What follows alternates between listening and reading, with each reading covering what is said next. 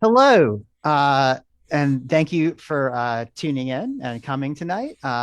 This is Ambivalence and Revolution, Shostakovich, Grossman, and Soviet Art under Stalin. This is presented by the Brooklyn Institute for Social Research in conjunction with our partners at Carnegie Hall and the New York Review of Books, both of whom we'd love to thank for helping make this possible. And also, I should just say very briefly, right? My name is Ajay Singh Chaudhary. I'm our executive director and our core faculty member specializing in social and political theory. And joining this conversation tonight are Nathan Shields, who is associate faculty member here at Brooklyn Institute and also a composer in his own right, specializing in music and musicology. Nathan, do you want to say hello? Hello. Also my colleague, Rebecca Ariel Porte, who is core faculty here specializing in aesthetics, literature, and philosophy, amongst many other things. And you want to say hello, Rebecca? Hello. Rebecca and I talk about music and things all the time on our Practical Criticism podcast series, and we were so excited. And Nathan has been teaching music for Brooklyn Institute for almost 9 or 10 years now, right, Nathan? I think 8, maybe eight years, yeah, almost since we started. And when Carnegie Hall approached us about this event, it was very exciting. Like part of their sort of description of this festival, of which this event is part of, is that it is an online festival examining the resilience of artists and exploring the works they felt compelled to create despite and because of appalling circumstances of human tragedy. And tonight we're looking at two figures, and not just at the figures, but of course at the work of Dmitri Shostakovich, right? Very I think decently well-known Soviet era composer, although only recently really sort of engaged with canonically, and that's something I think we may want to talk about as we get in. And the writing of the sort of now quite celebrated, but only very, very recent sort of addition to the sort of canon of especially Western letters, Vassily Grossman.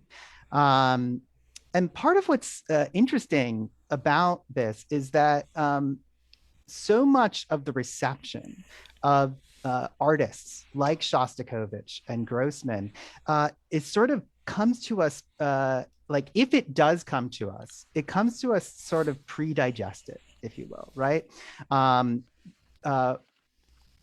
These are either artists who are they are resilient, or they are creating work in the face of or because of appalling circumstances of human tragedy. That is largely true, but it doesn't necessarily mean that they are, say, dissident writers, or that they don't have, as we sort of put in our title for this, both sort of ambivalences and frictions with the regimes under which they work, but also commitments and attachments to the ideals and hopes that they to differing degrees thought were embodied in the revolution, in the Russian Revolution, the Bolshevik Revolution. I should be very specific here. And there's also, in the sort of framing of the way in which we think about artists like this and their work, right? So often, right, it becomes about biography. So a lot of work that, if you go through, as we have been over the past week or so, the sort of scholarly archives and whatnot on artists like Grossman or artists like Shostakovich, so much of it turns on sort of biographical detail, often, frankly, false. And we'll get into that, I think, maybe that in their second half. And sort of avoiding actually dealing with the work at hand and what it seems to sort of say. Like, work doesn't speak on its own. Obviously, we have to interpret, but also we shouldn't be, it's very rare, but I'm doing it more and more often, quoting Jacques Derrida, that we shouldn't be bad readers and assume we understand what a thing says before it says the thing. And, the sort of pre-digestion, as I called it, of this work that often happens is that Grossman or Shostakovich are artists of sort of totalitarianism. They express a kind of universal liberal humanism that rejects the overarching ideologies of, again, I'll put in sort of scare quotes, totalitarianism, in particular that of the Soviet Union, and with the sort of unstated case that we live here in a place like the United States, or more broadly, the developed capitalist world, in a land of freedom, when, of course, that is not true. It is neither true of the work that we're going to be looking at, nor is it true that artistic production in the West is somehow like free and without restriction. I'm reminded of a very wonderful line that I'm going to paraphrase from the political theorist and critical theorist Susan Buck Morris, where she writes along the lines that, like, in the West, art is free to do anything except matter. And what these artists were faced with, right? And for those of you who tuned in a little earlier, you were looking at images that are, in fact, socialist realist images. So these are artists who were actively engaged in whatever that project, often considered the sort of like nadir of Soviet art production, even though these are now held up as sort of great, artists and great works. They are working in that mode of socialist realism as part, and they know this, of an ideological project that largely not only fuels their sort of creative process, but also fuels their criticism of the restrictions that are placed on their creative process. And I can't help but note, we're going to start this program by listening to some music. And the way in which we had originally planned to do this is just to listen to music, right? A nice, humane thing to do. But of course, the laws of a state like the United States, and in fact, the laws of international capitalism more broadly, prevent us from doing this. So as we were preparing for this show today, we were like, oh, right, we actually don't have the rights, nor do we have the money to buy the rights to actually play you Shostakovich. In a landmark decision, I think in 2012, Ruth Bader Ginsburg, often thought of as a liberal person, and I think liberal in the proper sense here would make sense, wrote a majority opinion for that bastion of freedom, the US Supreme Court, that basically said that copyright, intellectual property laws could extend far beyond American borders and far into sort of across time and space, even more greater than they had before. So actually, even in creating this show and creating this discussion and sort of launching this discussion, which we do hope people, drop, if you are watching this on Facebook, drop questions and comments in the sort of chat channel, and we'll try to get them at the end. But like, there is no question, even in the sort of stitching this together, that there is nothing if not ambivalence about freedom, unfreedom, creation, and discussion. And so the last thing I think I'll leave us with before I hand it over to my colleague Nathan to introduce our first listening, which is from Shostakovich's Seventh Symphony, the Leningrad Symphony, is just a quotation from my old friend, Walter Benjamin, who wrote, oh, do I have the wrong Benjamin here? Whoopsie, one moment.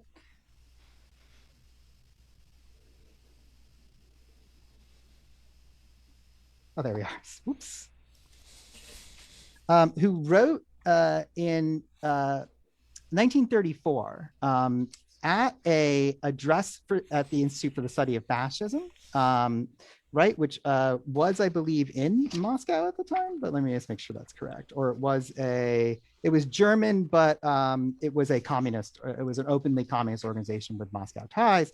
And he wrote this. And I think it's a wonderful sort of framework for thinking about what we're going to be listening to, right? He said,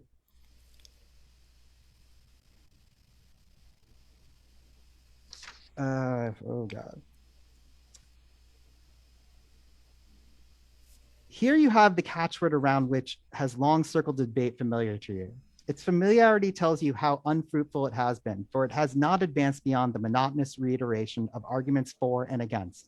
On the one hand, the correct political line is demanded of the poet. On the other, one is justified. On the other, one is justified in expecting his work to have quality. Such a formulation is, of course, unsatisfactory, as long as the connection between the two factors, political line and quality, has not been perceived. Of course, the connection can be asserted dogmatically. You can declare a work that shows the correct political tendency need show no other quality. You can also declare a work that exhibits the correct tendency must of necessity have every other quality. The second formulation is not uninteresting, and moreover, it is correct. I adopt it as my own, but in doing so, I abstain from asserting it dogmatically. It must be proved.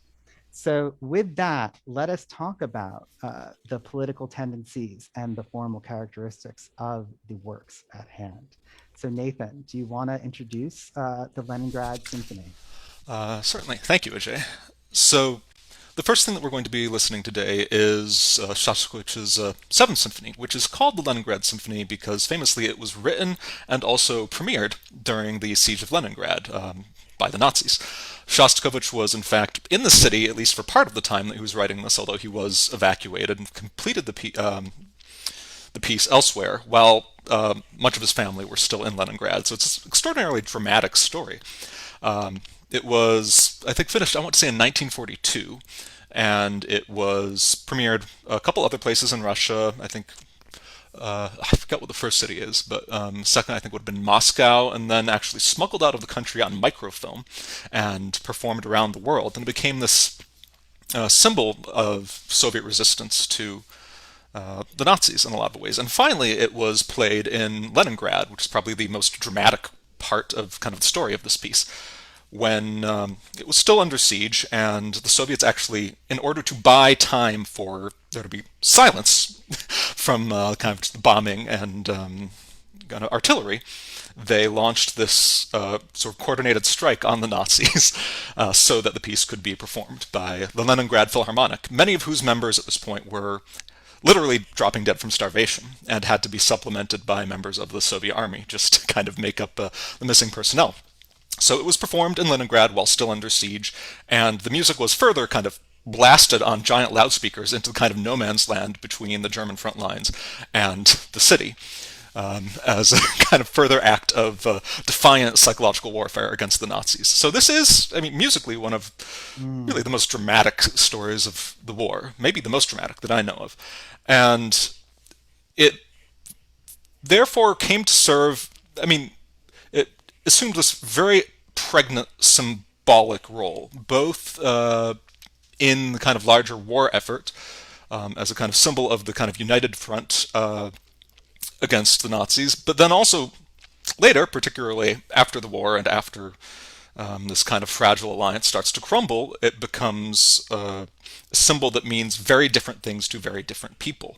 Both to different factions within Russia, to the state, and also to various kind of dissident groups who start to claim it as their own, and then also later to various Western powers and to kind of, you could say, to Cold War liberalism as well. So the question of, you could say, the competing interpretations to which both of these artists have been subject, and particularly to which Shostakovich has almost from the beginning been subject in all of his works, is really very well embodied in the Leningrad. And before thinking a little bit about what those different interpretations are and what in the piece they kind of draw on, I wanted to give you a kind of guided tour of the first movement of the work. Now, the Leningrad Symphony as a whole it's about an hour and a half. It's this massive piece. We're going to focus just on the first movement, which is, for reasons, as you'll see, kind of the most famous, emblematic part of it. Now, the dimensions even of this movement by itself, it's almost half an hour in performance, which you would have gotten a bit of a kind of sense of just the architectural sweep of it if we'd been able to kind of listen to a big chunk. But instead, I'm going to try to give you a sense of the form through a few kind of short excerpts, so as we can kind of avoid copyright problems. And The gap between these excerpts will be filled in by two things. One, my powers of description, which I hope will be up to the task, and second, my piano playing, which is definitely not. So, That's not true. so I want to start by saying a bit about the form of the piece, and then consider a few isolated passages from it, and we can kind of think about how those fit into the broader architecture of it. So, Leningrad Symphony is, in some ways musically one of these textbook examples of socialist realism. There are, for a number of reasons, some of these we could say are expressive. They're questions of kind of rhetoric and symbolism. But some of them are also kind of, we could say, questions of musical structure, musical architecture. Particularly in Shostakovich's works from the Fifth Symphony on, there is this very strong adherence to something which many people are maybe more familiar with, which is the paradigm of the Beethovenian symphony, which serves as a model both rhetorically in what's called the kind of Kampf und Sieg, the struggle and victory paradigm that comes from Beethoven. You think about the Fifth Symphony as kind of classic example of this, kind of struggling through adversity to reach some kind of transfiguring triumph at the end. But it also is obligated to Beethoven for our immediate purposes at a formal level. This movement, I should say, is built upon and in some ways works against the conventions, and this is true of much later Shostakovich, of sonata form, which is the kind of archetypical form of Beethoven's symphonies, most of his instrumental music. And sonata form normally, we could say, works by establishing a basic kind of duality or opposition between two kinds of, could say, themes, or really sort of two musical areas which are associated with particular themes, particular kind of harmonic locations as well. But sort of you could say just it creates a dialectic or tension, which then is kind of worked out through the course of the sonata form and reaches some form of synthesis or resolution classically. And in the Leningrad Symphony, Shostakovich begins very pointedly by setting up this duality in a really classic form. And then he digresses from it in some pretty striking ways. So I'm going to give you first what we call kind of the first theme, the opening material of the sonata form, which begins with this kind of intense, striding, wide-ranging, vigorous melody in unison violins, violas, and cellos, accompanied by these kind of sharp attacks in the percussion and trumpets. Excuse me, need to get back to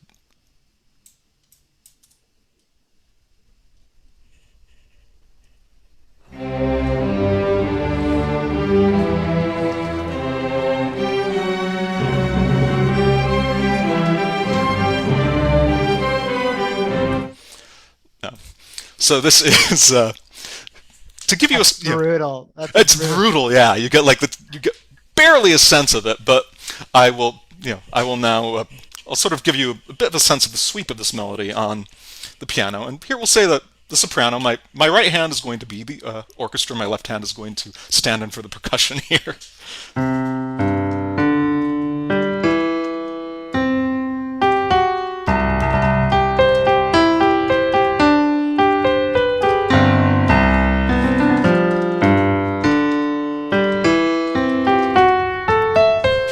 So what we notice about this is well, play a little bit more of it here.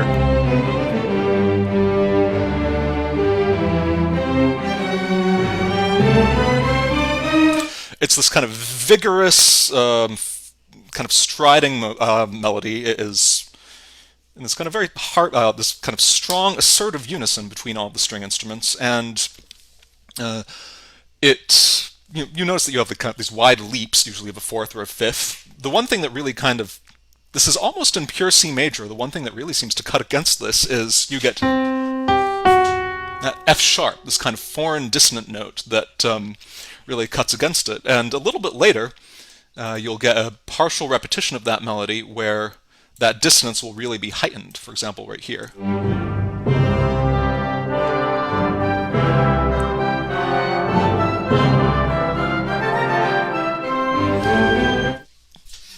Now, this stands in a kind of very strong opposition to basically the second theme of the movement, which begins about 2 minutes in. So I'm going to move forward to that quickly. And once again, you get kind of a brief sense of the kind of instrumental character of it. And here it will be like these kind of lyrical, flowing string melodies.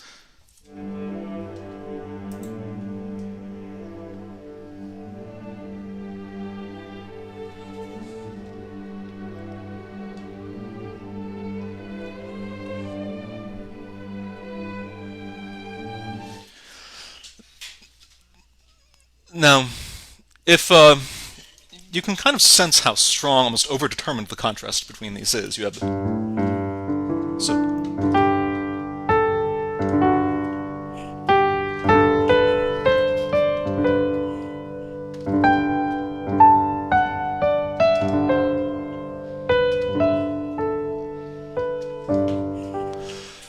it has, by comparison with the kind of drive of the first movement, this kind of bucolic character. And one way of thinking about this, and it's a way that this movement was like very often interpreted. If we have these two themes, that they seem to take on particular associations with certain aspects of life in Leningrad. The first one, and among other things, these traditionally in a lot of later 19th century symphonic music would be kind of gendered associations, and Shostakovich is very clearly drawing on these here. So if you looked at the first theme, it is it is very kind of stereotypically masculine. It is, and it is associated with kind of the public life of Leningrad. Probably it's an image of sort of the bustling external world of the city. The second one, on the other hand, is very deliberately it's bucolic or domestic, and it is associated with these kind of stereotyped feminine traits. And between them, they paint a kind of a picture of the inner and outer life of the community. Now, where things get interesting from a formal point of view is that in your standard sonata form, you would have these two images, and then they would kind of interact. The development, which would come next, would bring them into this kind of closer relationship where they kind of bounce off each other, kind of get either come into conflict or get bound more and more closely together, and finally reach some sort of synthesis or some new point of resolution. Now, Shostakovich is very deliberately playing with this form and with the kind of implications of this form. But what he does, having set up this duality, is he gives you something where the development should be. He gives you something very different and something kind of shocking and kind of really fascinating in its contrast with what is expected in this form. And this is kind of the most famous aspect of the symphony as a whole, is what then follows. And I'm going to fast forward to this a little bit. Now, what you'll hear is that the second theme, the kind of bucolic or domestic theme, comes to this kind of rapt, quiet conclusion. And then something remarkably kind of foreign to either of the things that we've heard so far starts to kind of infiltrate it slowly, and like it begins like very quietly. Let's see.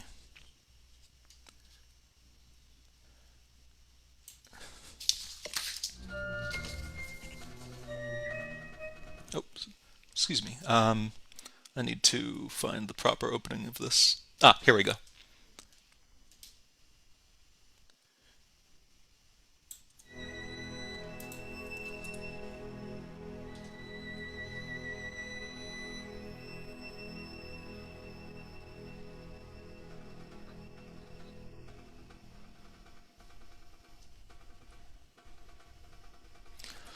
So the theme ends with this extremely high, kind of ethereal violin solo with these low string chords, and then you hear entering almost imperceptibly is the snare drum, which is playing as quietly as it possibly can in what seems to be like the remote distance, and then a melody is going to enter over this in the violins.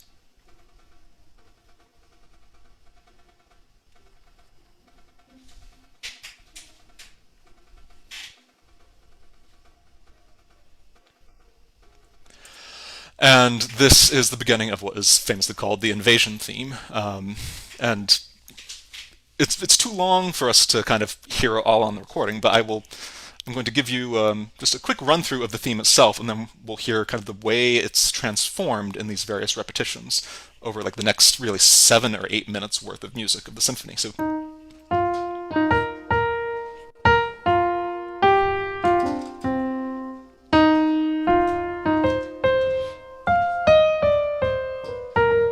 excuse me.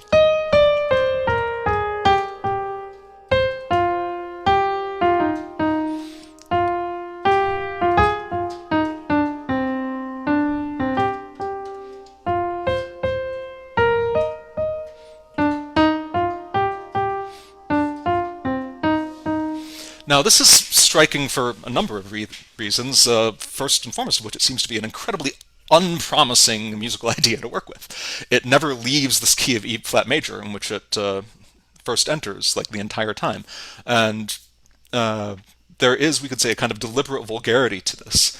And in fact, Shostakovich is commonly supposed to have taken it from what's it, Dann geh ich zu Maxims, which is a kind of aria from Franz Lehar's operetta, The Merry Widow, which happened to be a big favorite of Hitler's. But so, and you get, I mean, you can kind of hear the, let's see, the connection here. If I play you a tiny bit of that aria, let's see, or it's not really an aria, it's a song. But,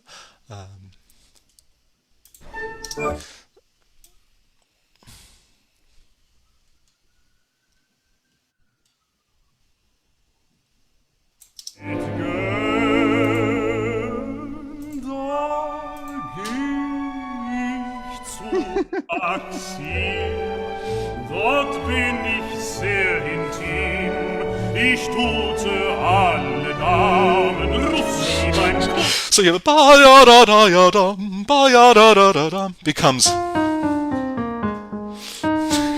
So Shostakovich is commonly supposed to have been travestying this song, kind of, which is, you know, well, we can sort of come back to what it might mean symbolically later, but this is kind of one of his sources. Now, what happens then is that this melody, this seemingly unpromising, like remarkably vulgar melody, it appears first incredibly quiet in the distance, played by the strings, just plucking it out silently. And what's going to happen is it's going to come back in repeated incarnations. It's just going to be repeated again and again mechanically, something in the manner of Ravel's Bolero, famously, but unlike Bolero, each time it comes back, it will become progressively more garish and kind of crass until it reaches this kind of almost demonic level. So I'm going to play you just the beginning of a few of these successive entrances, and you will hear how each time it returns, the shape of it is still there, it's still recognizable, but it becomes more and more distorted and more horrific from these extremely quiet beginnings. So, for example, first we will, let's see, okay, well, I need to go back to Shostakovich. Otherwise, I'm going to play you Lehar again accidentally. First, so after that initial statement by the strings, you get this very kind of mellow sounding flute performance of it.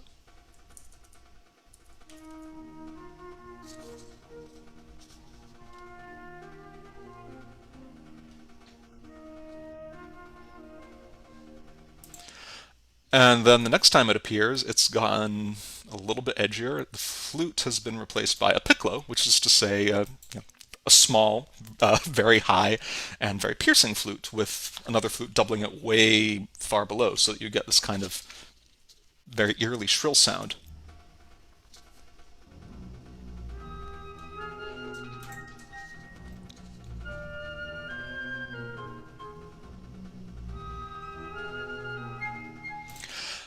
Now, it goes through several more repetitions until you reach this point where it's become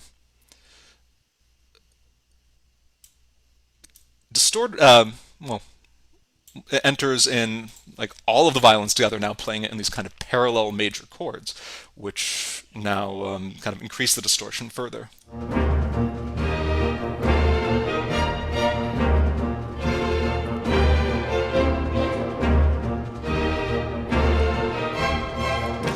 And one thing you notice here is you now have this utterly mechanical kind of oompa bass underneath it that does not change at all. It just goes. It's mechanistic, dehumanized, and the violins are doing. It's not, say. It's,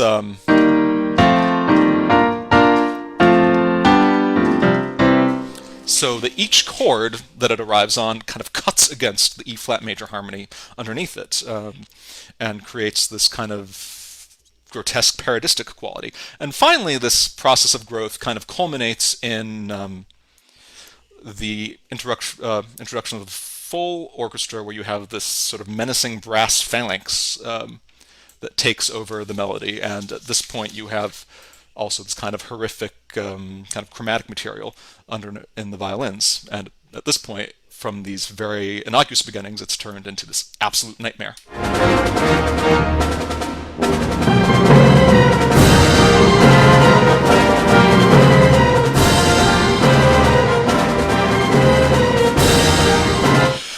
And this is kind of the end, more or less, of this gigantic, like 7 or 8 minute relentless crescendo. And after this, it kind of erupts into kind of chaos and comes into this direct kind of confrontation with the music that you heard at the very beginning, which will, at the very end of the entire symphony, return and be kind of triumphantly reinstated.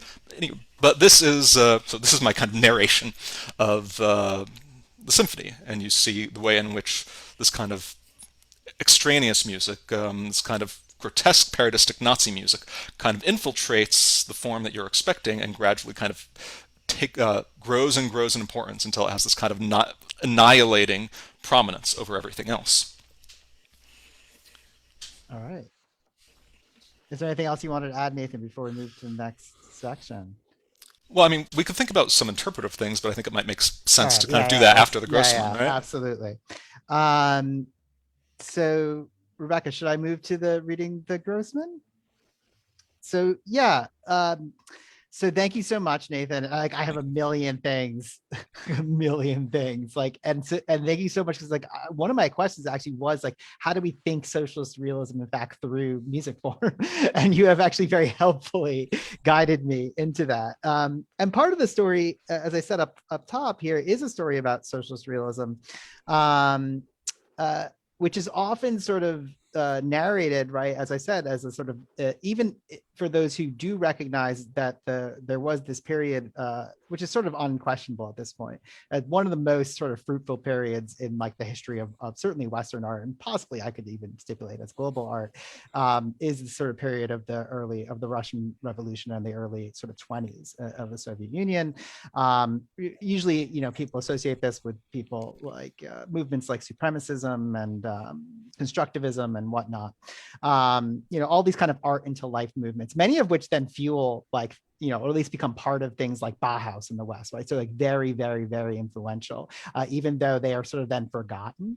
But even when they are remembered, it's usually like, and then the punctum is Stalin put an end to that, right? And Stalin certainly did put an end to a lot of things, and don't want to like brush that under the table.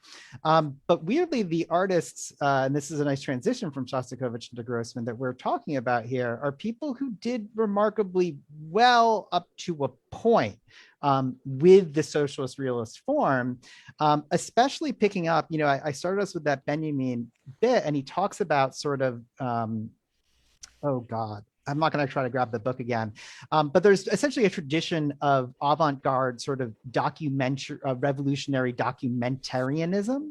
And Grossman, Vassily Grossman, our sort of second sort of person that we're considering today, sort of comes out of that tradition. He's someone who was sort of mentored and sort of introduced into the literary world by Maxim Gorky, who was a towering figure of Soviet letters in this period. Sort of as himself is a very interesting person who deserves his own, I don't know, his own show, his own podcast, his own whatever discussion, because he very sort of has this interesting fusion in his mind of sort of Marxism and Leninism, and also of sort of Nietzscheanism, if you will. But Grossman's early work, I mean, he studied as a chemist, but he becomes a journalist in this kind of critical realist that then becomes socialist realist mode. And a lot of socialist realism is very bad, I should say. So like, and most of what is known as socialist realism are these sort of like idealized images, usually with like Stalin or someone in the center, like surrounded by like beaming children, like in the sort of glorious proletarian future. And that is kind of nonsense. But as I mentioned at top, like a lot of recent art historical research has sort of looked back and been like, wait a minute, actually there was more than just that in socialist realism. And as I mentioned, some of the images that you may have seen if you tuned in before we started are in fact from the era of socialist realism, many of them produced under Stalin. And in fact, the work that I'm going to be reading from, sort of two quick excerpts right now, now translated as Stalingrad, right? This massive tome, as Rebecca will introduce you to in a moment. It's actually part of a duology of two massive tomes. So brevity was not a thing people were into in this period for sure. And it's openly modeled on Tolstoy, on War and Peace, which Grossman starts his work doing reportage of like coal miners, of collectivization, of all kinds of things, sometimes with a critical edge, and sometimes he got a little bit in trouble, but generally he thought very much in the spirit of he was presenting sort of a real truth that speaks to the people, that is part of sort of revolutionary awakening and consciousness. And he was very sort of gung-ho about this. And Stalingrad, I'm trying to like bracket too much of the stuff that's going to come later, just as I think Nathan is trying to. Just to say, like, it was in fact published both in the Stalin period and then again in the Khrushchev period in several versions under the title For a Just Cause. And it was initially very celebrated. And in fact, Grossman openly wanted to be considered this kind of red Tolstoy, which was this ideal that sort of Stalin and many other of the remaining, he got rid of most of the other Bolsheviks, but those who remained were very interested in the idea of a red Tolstoy. And Grossman was very much interested in being that person. And he thought he was doing it. And we're going to see aspects of that sort of Tolstoyan sort of literary essay, right? Maybe in our the first reading, and then aspects of this sort of tradition of sort of critical realist reportage that Benjamin found so fascinating and so many others found so fascinating in maybe in the second bit. And the other thing I'll mention about this that I think, because it connects so much to the reception history, is that this English edition almost never existed because the translator didn't think it was he had to be convinced by a different scholar, Joachim Hellbeck. It's translated very wonderfully by Robert Chandler and Elizabeth Chandler. Joachim Hellbeck has a fantastic history of Stalingrad and also several wonderful articles on the history of sort of anti-fascism. He's a German scholar, but in Russia, he really wanted to, we'll get into his critiques and stuff of the reception of Grossman, I think, later. But he had to convince Chandler, the translator of this volume, that it wasn't just crap, right? Because the sort of received story of this duology, written sort of knowingly as a duology, was that the first one is just Soviet pablum, right? It's just nonsense propaganda. Like that was one thing. And then it gets sort of rehabilitated, but it's rehabilitated by making it, it's always the secret esoteric critique of the thing that it kind of sounds like it's saying. So this book almost never existed because of that. And then it took the intervention of scholars who don't 100% agree on everything to sort of make it happen, be like, no, there's something worth looking at here. Before this became like, now it is, I believe, like a bestseller. It's super well received and reviewed all over the place in glowing terms. And I would say deservedly so. In fact, in my humble opinion, I think Stalingrad is the better volume of the two volume set. But that's my humble opinion. In any case, the first bit I'm going to review is maybe not my favorite line, but it is one that is quoted the most often, I believe, in reviews and stuff, especially as sort of like, oh, this, we shouldn't like read this, or we should understand that this can't possibly mean what it says.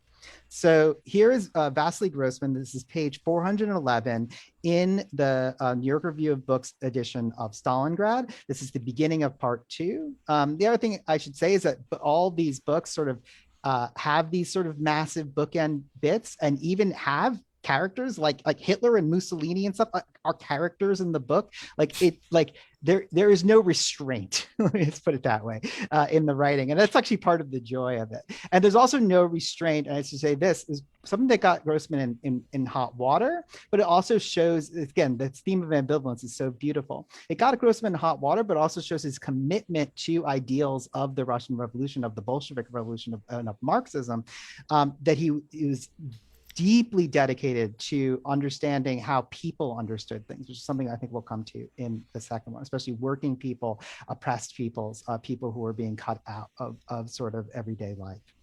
So page 411. At the beginning of August 1942, Colonel General Yeremenko arrived in Stalingrad. The Stavka had ordered the creation of 2 new fronts, the Southeastern Front and the Stalingrad Front. The task of the former was to protect the lower Volga, the Kalmyk steppe, and the southern approaches to Stalingrad.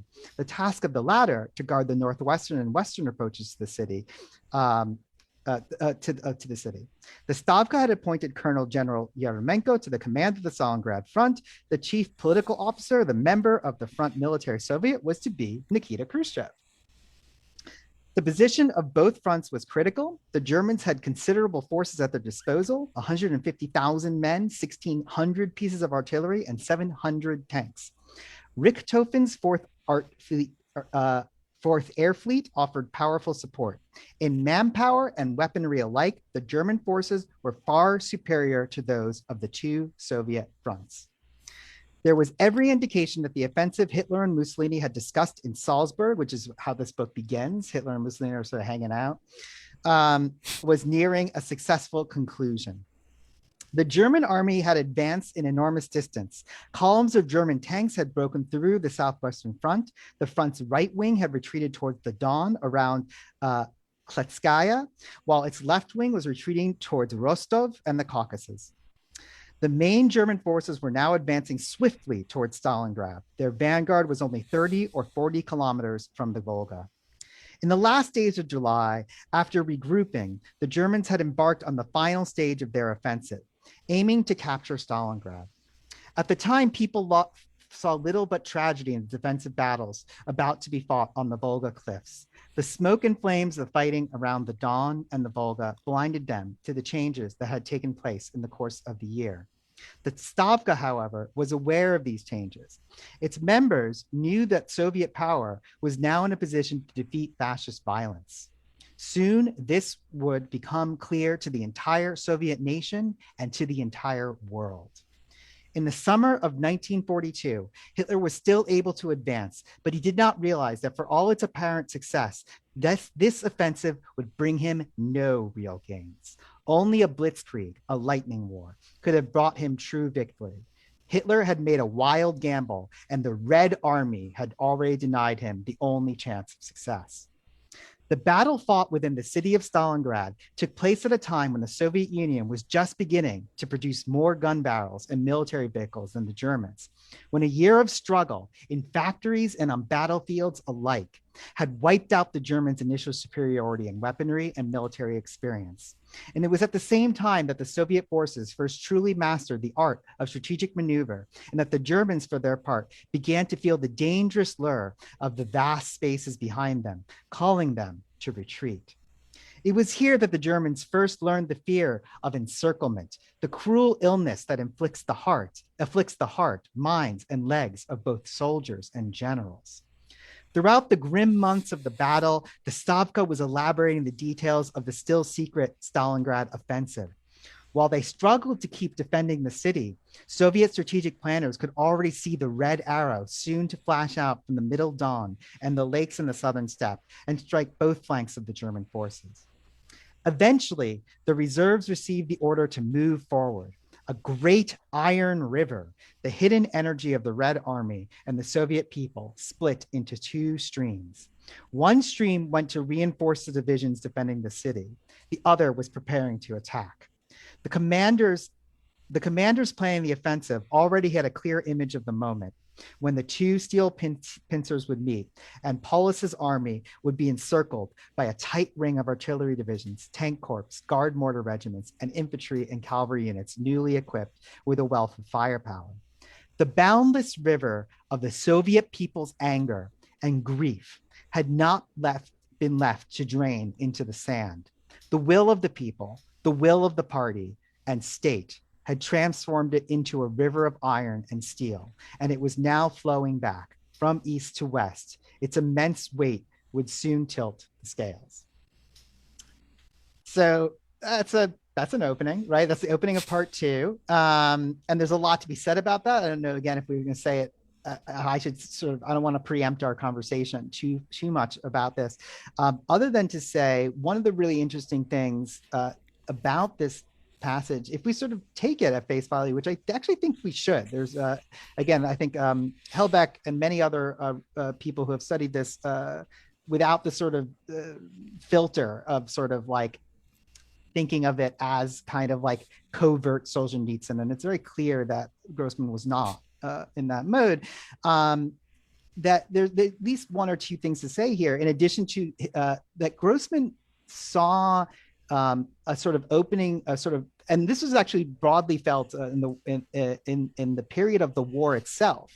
That in fact, Grossman was already pretty critical of what Stalin was doing in the Soviet Union up to the period of the war, but that in the period of the war itself, a sort of spirit that felt like the spirit of the initial revolution and of the Civil War was sort of being reignited. And in fact, Grossman got himself in trouble.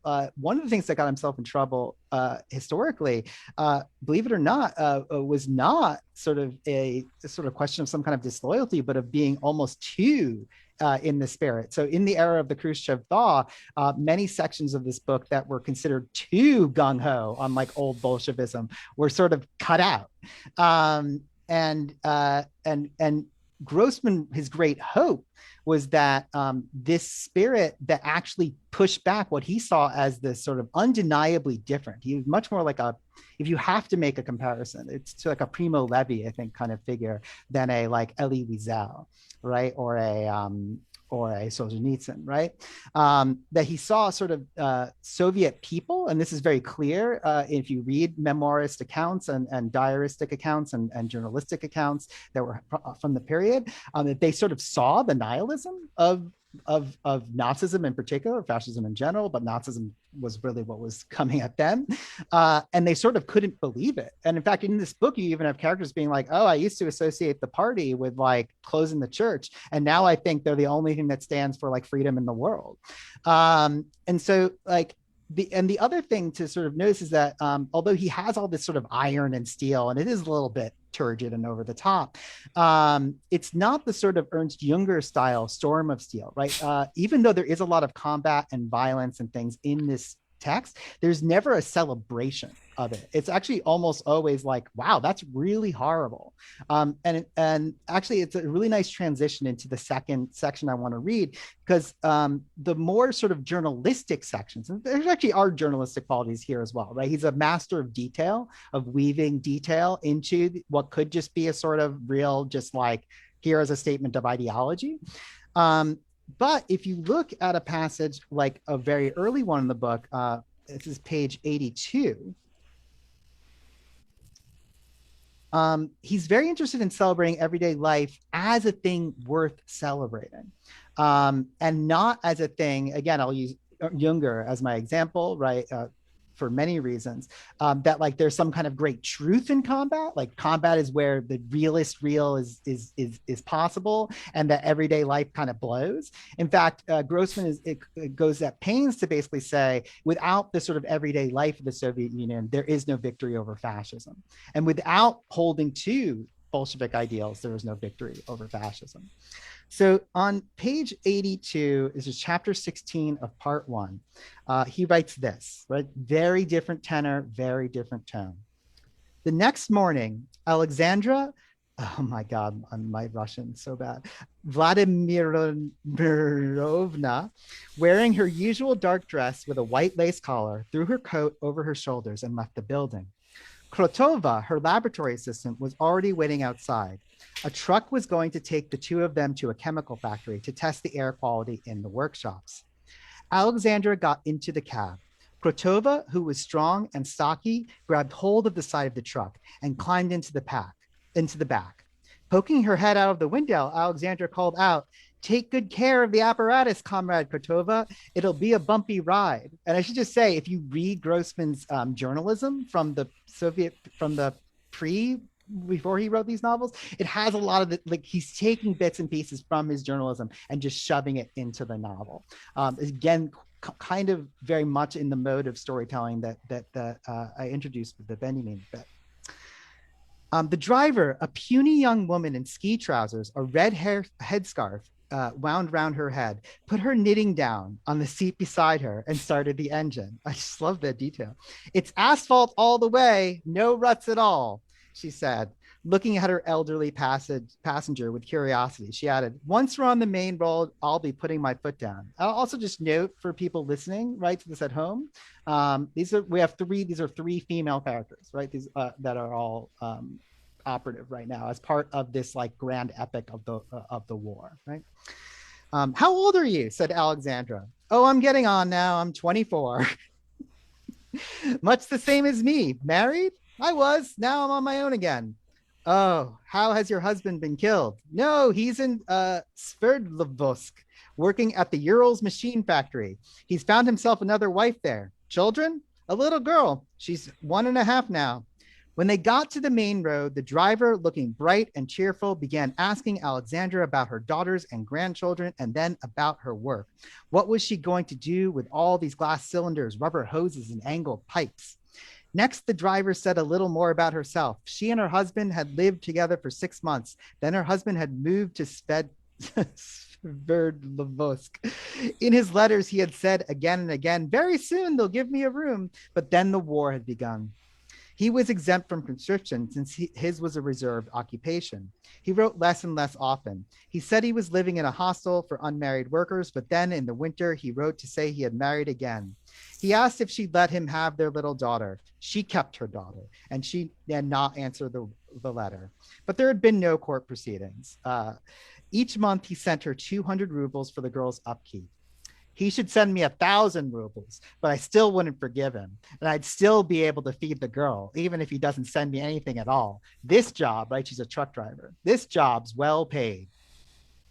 They sped along past orchards, past little gray wooden houses, past factories of all sizes. Now and again, in the gaps between trees, Alexandra could see splashes of blue, pale water. Then the Volga would disappear behind fences, behind buildings, or small hills.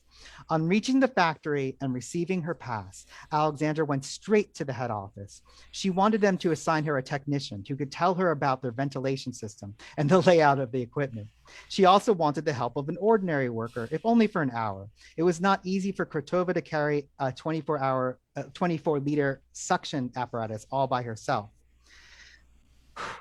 Mestryakov, the factory director, lived in the same building as Alexandra and her family. In the morning, she sometimes saw him going off to work.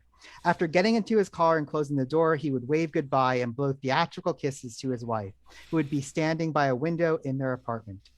Alexandra would have liked to appear affable and easygoing. She wanted to say to Meshcheryakov, "Be a good fellow. After all, we're neighbors. Meet me halfway. Help me carry out my work quickly. And who knows, maybe I'll be able to suggest 1 or 2 little improvements to your ventilation."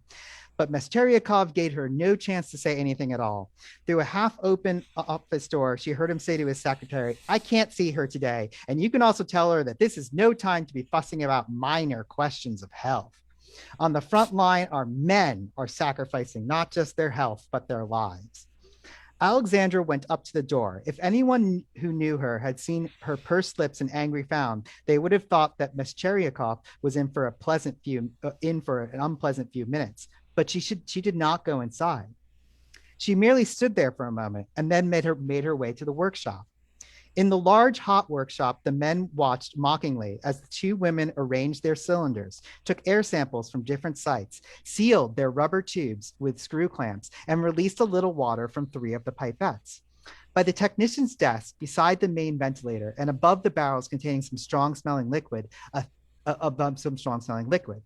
thin, unshaven worker in a blue gown with torn elbows said in Ukrainian, "Measuring water? You can't get more idiotic than that." A young foreman, or perhaps a chemist, with a nasty, insolent look in his eyes, said to Krotova, "Why bother? Any day now, German bombers will be sorting out our ventilation for us." An old man with little cheeks crisscrossed with blue veins took a good look at the young, well-developed Krotova and said a few evidently coarse words that Alexandra couldn't quite hear. Krotova brushed and turned away, looking upset. During the lunch break, Alexandra sat down on a crate near the door. She was tired, partly because of the polluted air.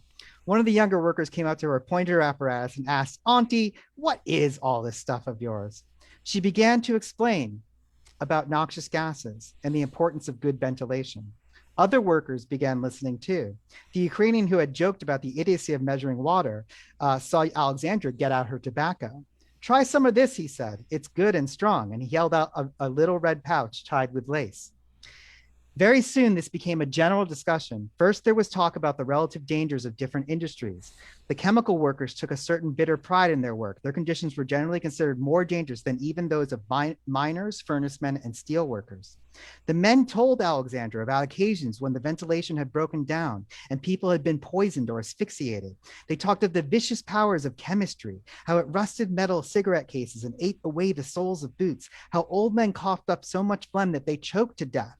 They joked about a certain Panchenko who had forgotten to put on his protective overall. By the end of the day, large holes had been burnt in his trousers.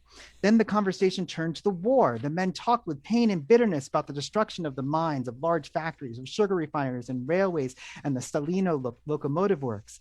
The man who'd upset Krotova went up to Alexandra and said, "Mother, you'll probably be coming back tomorrow. You must get some passes for the canteen." "Thank you, my son," she replied, "but tomorrow we'll bring something else with us." After addressing the old man as her son, she laughed. She understood and replied, "I only got married a month ago." And in no time at all, they were all talking as freely and animatedly as if Alexandra had spent not just a few hours, but many long days in this workshop. So just to sort of close and then hand over, I think, to Rebecca to sort of pose our first questions, right? You can already notice both the sort of socialist realist qualities here, but also the ways in which, right, that sort of like grand sort of ideological statement of iron and steel also contains this sort of pain to a certain kind of spirit of the people that Grossman is both reporting, but he's also reporting it in a way that contains elements of criticism, right? The factory manager is a bore. The workers are initially quite misogynist, right? But there's also a sort of spirit of hope and comradely sort of comradely hope that in fact in working together, they can not only sort of bring out that revolutionary spirit, but in fact be part of a vital part, right? One part of what he's calling this pincer maneuver of the people and the army as against fascism. So thank you so much, Jay and Nathan. There's a lot of rich material for discussion. And I'm going to pose our sort of first question of the evening to put us in conversation about Shostakovich and Grossman together, now that we've had the aesthetic examples laid before us. And by way of setting this up, I will say that in thinking about this event and the angle we were going to take, I was thinking a lot about another figure entirely who will be familiar to many of you, the director Dziga Vertov. Yes. So cinema, I think, is weirdly going to be the specter that is haunting us tonight, perhaps in some ways. there's a film of his that is much less well known than, say, Man with a Movie Camera, right? Which is the one that everybody thinks of when they think of Vertov, in which the camera itself becomes the protagonist, and it's an exploration of all of the new affordances of this technology. And in 1931, Vertov produces a film that's sometimes called Enthusiasm and sometimes called the Donbass Symphony. So yes. Donbass may be familiar to people as a region in Ukraine, where in fact Grossman actually spent some time working before he actually turned to writing in the early 30s, right? So 1931, Vertov makes this film Enthusiasm, or the Donbass Symphony, which is experimental in many ways, but is also a kind of entry in this sort of growing tradition of socialist realism, right? That's just beginning to be sort of codified, right? Mm-hmm. So in 31, he takes a crew to Ukraine, and they're using all of these very, at the time, experimental technologies in order to try to capture industrial sounds as part of the soundtrack for this film, which is almost aleatoric in its composition, right? It does feature some conventional instrumentation, but also lots of attempts to actually get the sound of industry. I mean, this is significant for a lot of reasons, but partly because Donbass is one of the major focal points of Stalin's 5-year plan, right? Which is an attempt to industrialize rapidly in terms of the accelerated production of the Soviet Union at that period. So it really is a kind of experiment in the affordances of technology. And the other experimental thing about it is that it offers you image and sound out of sync. So it can be very sort of disconcerting to watch in some ways, because you have to kind of split your brain in half and listen to the sound on one hand and watch the images on the other, and they don't go together, right? So it'll be interesting to see, for instance, a scene of kind of old Russia's bourgeois decadence overlaid with the sound of Soviet industry, as if it is a kind of proleptic vision of the hopes of the revolution, right? And this film is often kind of by its contemporary critics sort of excoriated for this kind of utopianism, right? For what people see as a sort of romanticism in its production. Although I do think it kind of exists on a really, really interesting fault line between what we might think of as more conventional Soviet realism or social realism, Soviet realism or socialist realism, and then the sort of more kind of explicitly avant-garde movements of the 20s, to which Ajay introduced us earlier. So constructivism and productivism, in which we are literally going to dissolve the boundaries between art and life, or art and production, right? It's no more easel painting, no more kind of art as its own separate aesthetic realm. In fact, we will make it an art of living, right? So we're sort of moving a little bit away from that in the period following, but it's important to note that socialist realism for a while is just kind of a set of like loosely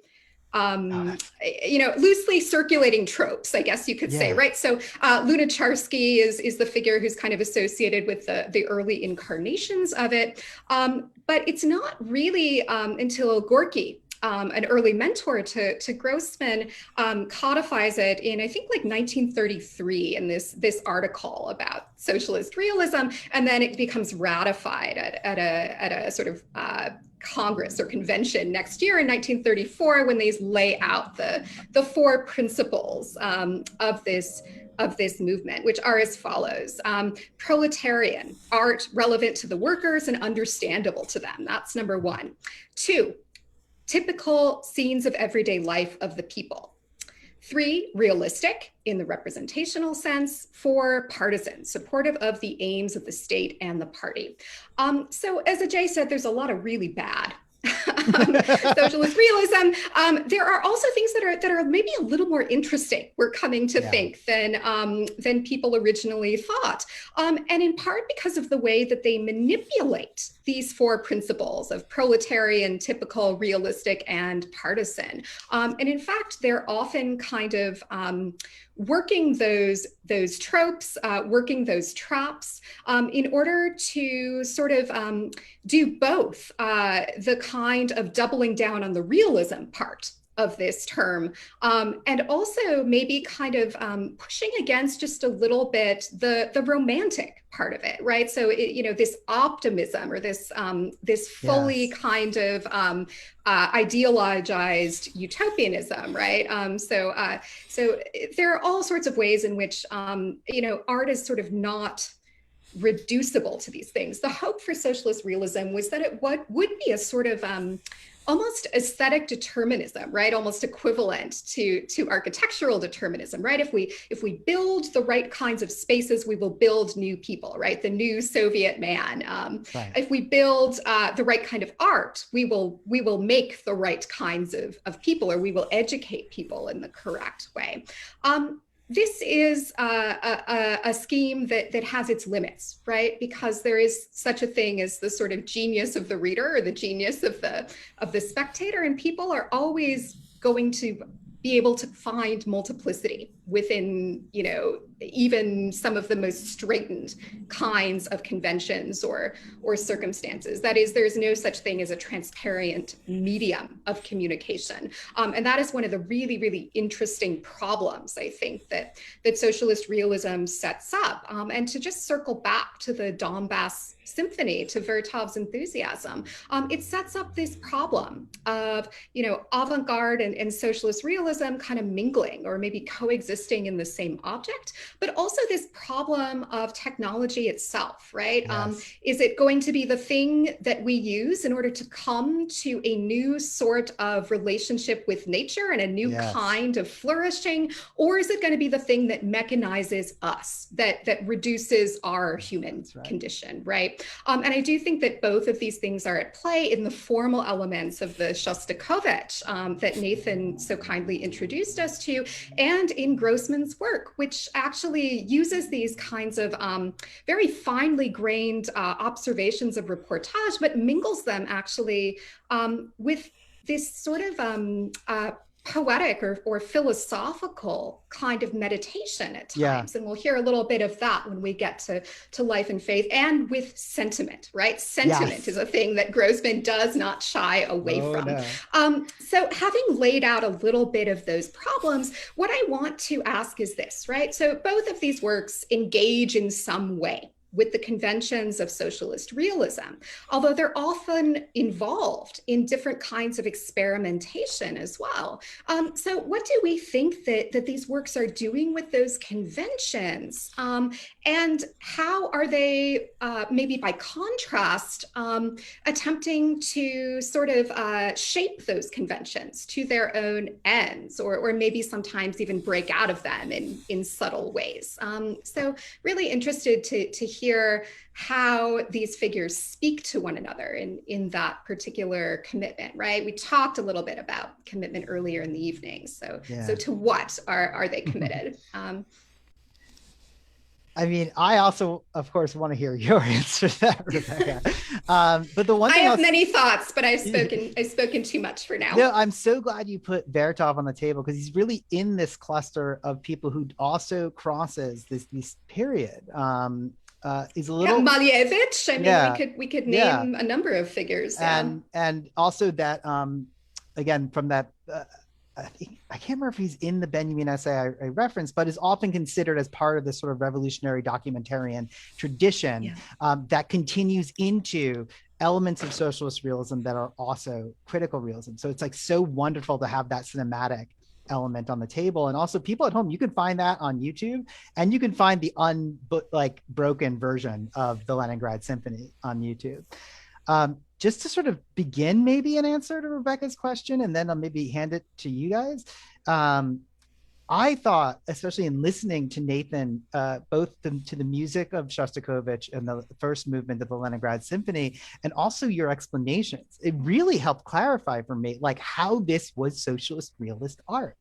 Because literally, right, we have like a dialectical synthesis that is interrupted, right, by an unexpected element. So like, right, like there is a kind of naive progressivism, especially to Stalinism, right? I actually think this is not there in even early Bolshevik thought, particularly Lenin, but also like Bukharin and many others.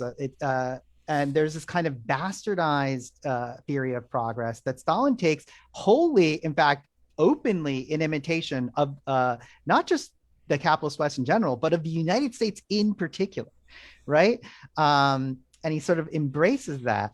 And we're supposed to have, right, according to those like smooth sort of theories of progress, right, that nothing gets interrupted, anything interrupted gets incorporated into the synthesis. But this thing that's coming to interrupt us, right, this sort of Nazism, right, which is being here portrayed so literally, I never really quite understood that, I guess I'm a very naive listener, is actually unsynthesizable, right? It requires an either or dialectic, not a like Hegelian dialectic or something like that, right?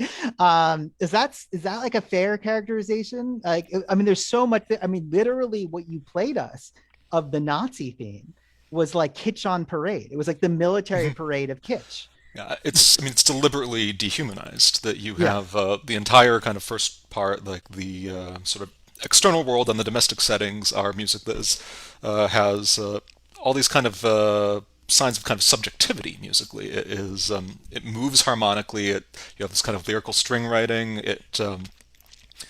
There's a kind of flexibility and life to it. And the Nazi march is completely mechanized. You have like no harmonic change. Right. You have relentless Exactly. repetition, and even just at the level of color, like orchestrally, it's completely dehumanized and rendered kind of garish and parodic. And yeah, there is no way to really incorporate it into the dialectic that you have set up before that. Well, it's interesting that if you think about it in the history of Marxist thought, right, there is, of course, that like sort of Kautsky Bernstein universe that was dominant, right, in European Marxism, that said, well, this is just a bump in the road. And in fact, that becomes part of the liberal progressive narration of fascism as well, right? This is just some kind of weird aberration. Let's just get back to normalcy. And there's something actually very critical. I suppose this gets into like, what's the power of socialist realism, if any? Like, where does it pop through? There's something very critical in that turn where it's like, this thing is unassimilable and also disrupts things and also maybe reveals more about the limitation. Like it reveals something of the limitations of that initial synthetic gesture. I don't know. Like I might be bringing too much critical theory to the table or something. Also, I mean, I mean, this is a bit banal, but sub rosa, it's a joke, right? I Yes, mean, we mentioned the absolutely. parodic element, right? This is a form of kind of architectural joke within the music itself, and it does feel to me like there's a certain kind of gallows humor that is at work, maybe almost throughout Shostakovich's opus. Mm-hmm. And I think that's also true of Grossman in Mm. some ways, right? I mean, there's some really funny stuff Oh yeah. in these books, right? In a particularly dark register. Yeah. I mean, it's funny to think about. I mean, Grossman is, I think, most known for, right, like look, he's known for some really dark shit, right? He is the first person to give a firsthand account, journalistic account of Treblinka, right, of concentration camps.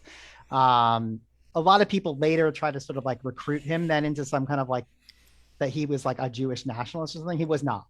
He was a very convinced internationalist, and one of the things he was trying to introduce was he thought the war might reintroduce was this spirit of internationalism that had gotten sort of sucked into sort of Stalinist nationalism, right?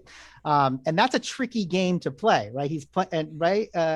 But in the passage I read to you, right, where with the women in the truck and then they go to the factory, yes, it's based on humor. And it's actually like sometimes the humor is a little clunky, but like clunky in a way that I find endearing, where it's like this guy's super, like the one guy's real, yeah, like the guy who's like, I measuring water is stupid. And then later is like, oh, I see why. That's smart. Here, have some of my special tobacco that we only have like 1 pound of for the whole factory, right? Like Yeah, this kind of humor is there, and it's slightly jokingly, I think, playing with the real conditions. yeah, And also there is a little bit of you. I think you use this word, but I'll like use it maybe in a different way. There's a utopianism about it. Like yeah, there is going to like in this laundry list of qualities of social surrealism, like understandable, what was it? Understandable, partisan, realistic, right?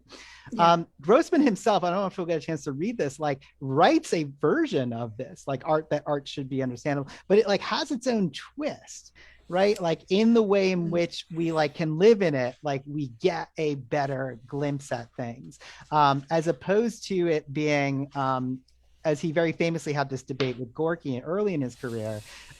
Gorky says, well, there's not just one truth. Actually, Gorky here is much more philosophically sophisticated than Grossman. Grossman sort of like to his dying day was like, no, there's one truth. Now, he thought that was a kind of a revolutionary truth. Um, and it comes through here not only in the form of sort of the nihilism and the destruction that you really see in his wartime journalism, but also in the sort of the jokey camaraderie.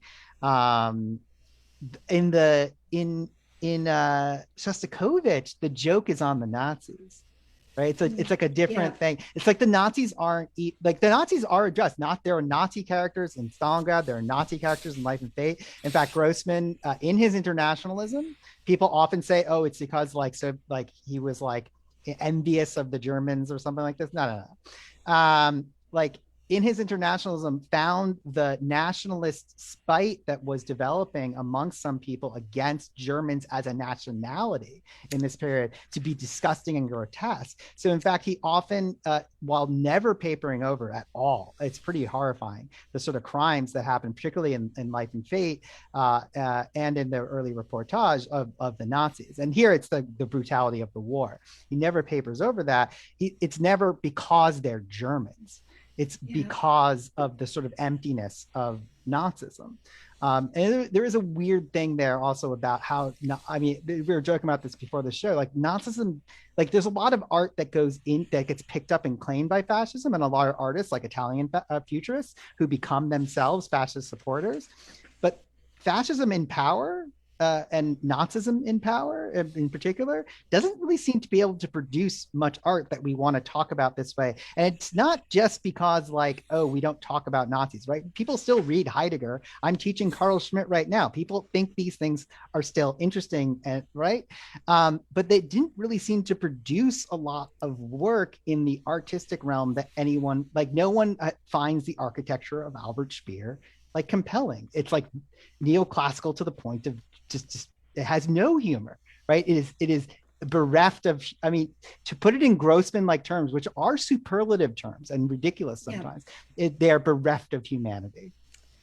And let me actually, may I give us just another short bit of Stalingrad Oh, that sure, speaks to yeah. that moment? It's right after the first excerpt that you read, and it's Oh, one of these. great. You, I mean, Ajay mentioned earlier that Grossman was kind of gunning for the title of Red Tolstoy, among some other contenders, in the kind of scene at the time, and you know, he has this Tolstoyan habit of kind of zooming out to give us a kind of the narrator's bird's eye view of some philosophical problem, right? Or even to kind of just straight out tell you what the kind of poetics that he's working with are. And again, you know, one wants to kind of leave room for irony always, but I'm inclined to read this part as sincere. At the time, right? So this is again from Stalingrad, from the earlier tome in the duology. 413, if you have the book and want to follow along. oh, this is that bit. This is a great Yeah. bit. Yeah. When people read obscure novels, when they listen to overcomplex music or look at a frighteningly unintelligible painting, they feel anxious and unhappy. The thoughts and feelings of the novel's characters, the sounds of the symphony, the colors of the painting, everything seems peculiar and difficult, as if from some other world. Almost ashamed of being natural and straightforward, people read, look, and listen without joy, without any real emotion. Contrived art is a barrier placed between man and the world, impenetrable and oppressive, like a cast iron grill. But there are also books that make a reader exclaim joyfully, yes, that's just what I feel. I've gone through that too, and that's what I thought myself. Art of this kind does not separate people from the world. Art like this connects people to life, to other people, to the world as a whole. It does not scrutinize life through strangely tinted spectacles. As they read this kind of book, people feel that they are being infused with life, that the vastness and complexity of human existence is entering into their blood, into the way they think and breathe. But this simplicity, this supreme simplicity of clear daylight is born from the complexity of light, of different wavelengths. In this clear, calm, and deep simplicity lies the truth of genuine art. Such art is like the water of a spring. If you look down, you can see to the bottom of a deep pool. You can see green weeds and pebbles. Yet the pool is also a mirror. In it, you can see the entire world where you live, labor, and struggle. Art combines the transparency of glass and the power of a perfect astronomical mirror. All this applies not only to art, it is equally true of science and politics. And the strategy of a people's war, a war for life and freedom, is no different. So I want to hear responses to this, but I just want to gloss really briefly the kind of metaphor that he uses. He uses couple, right? Like staring into a deep, clear pool, and art as something that combines the transparency of glass and the power of a perfect astronomical mirror. There are things in our daily experience that we actually cannot see or reflect on, right? And art somehow crystallizes those things, right? It's possible to see these larger abstract patterns, or maybe these kinds of deeply held internal experiences in the medium of art in a way that it is just not possible in other forms. And I'm including music here, right? And cinema and all of the other kinds of mediums of which we might think. So it strikes me that one of the things that is being said here is that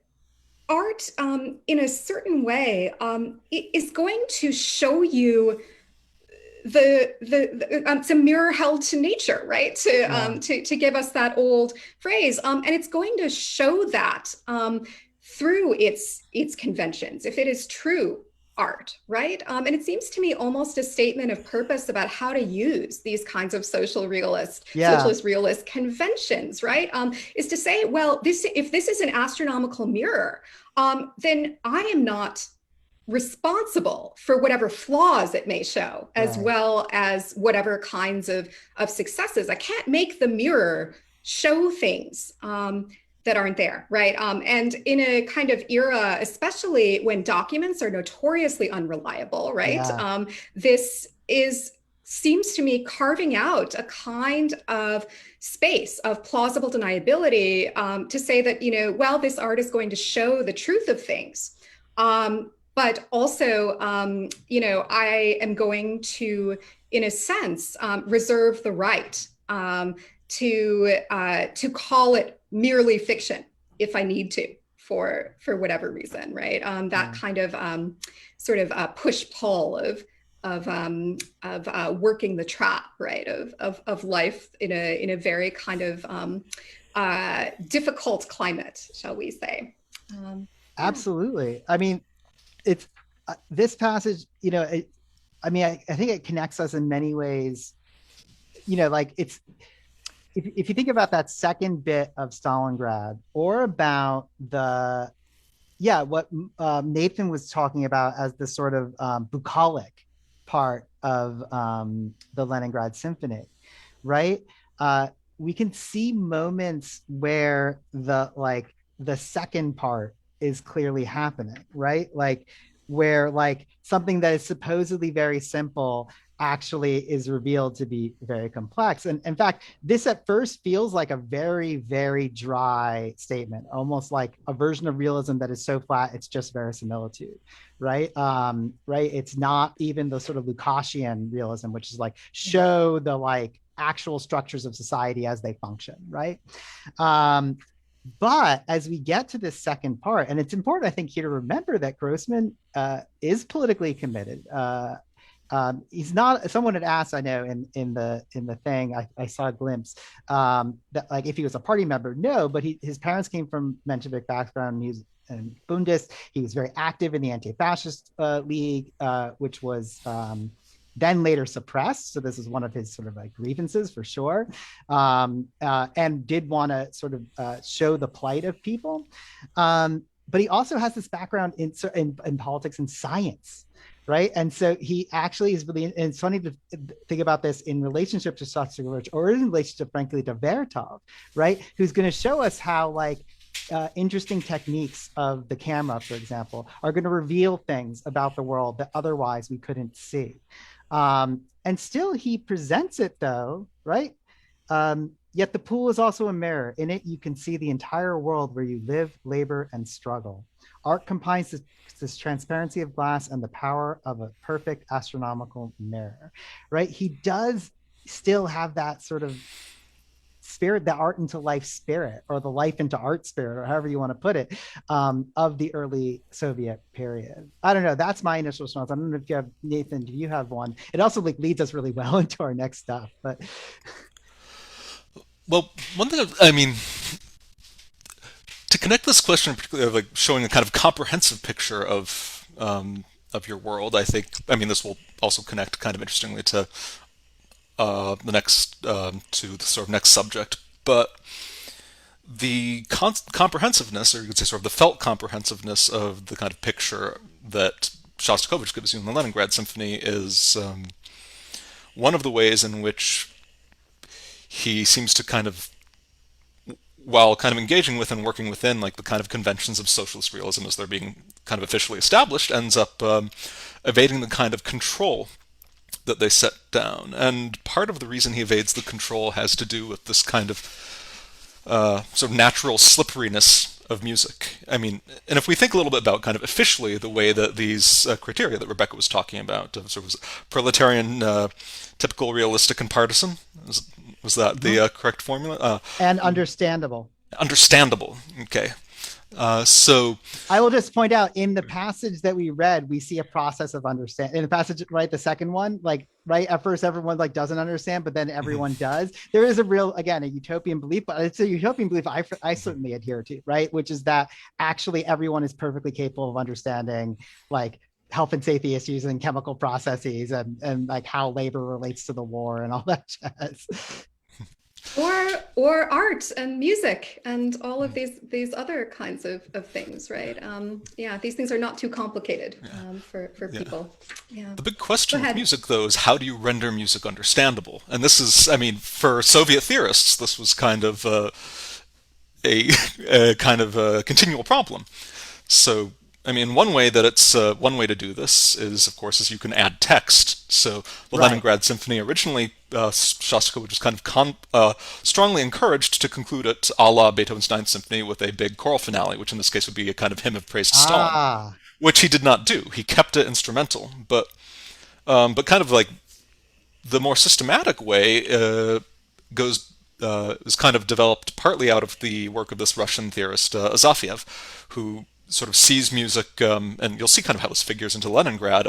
Music is being kind of made up of, you could say, topoi, or topics, or kind of, I think maybe the Russian was like intonatia, like of particular musical figures that have these kind of pregnant rhetorical implications, and that those can be kind of assembled into kind of larger composites that have that can be pinned down and controlled by the state, is what this ends up being turned into, in the way that kind of verbal rhetoric can. And on the it's surface, so interestingly adjacent to like the theory of the motif. yeah, I mean, you can think of this almost in kind of Wagnerian terms, like the Yeah. leitmotif being like where the musical cell, the musical idea, kind of meets literary signification. But so there is this idea in a lot of Soviet music, particularly kind of stuff that's more like straightforwardly socialist realist, of the music always it's sort of representing, symbolizing. It has a kind of semiotic quality to it. And in the Leningrad, you can kind of see that with the sort of clarity of the kind of the way in which sort of public and domestic spheres seem to be kind of conjured the by the kind of musical tropes he's working with, and also certainly with the kind of grotesquerie of the Nazi music.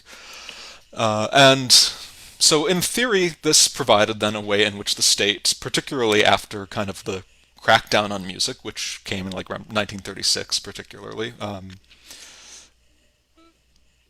in which the state can kind of dictate the content of music.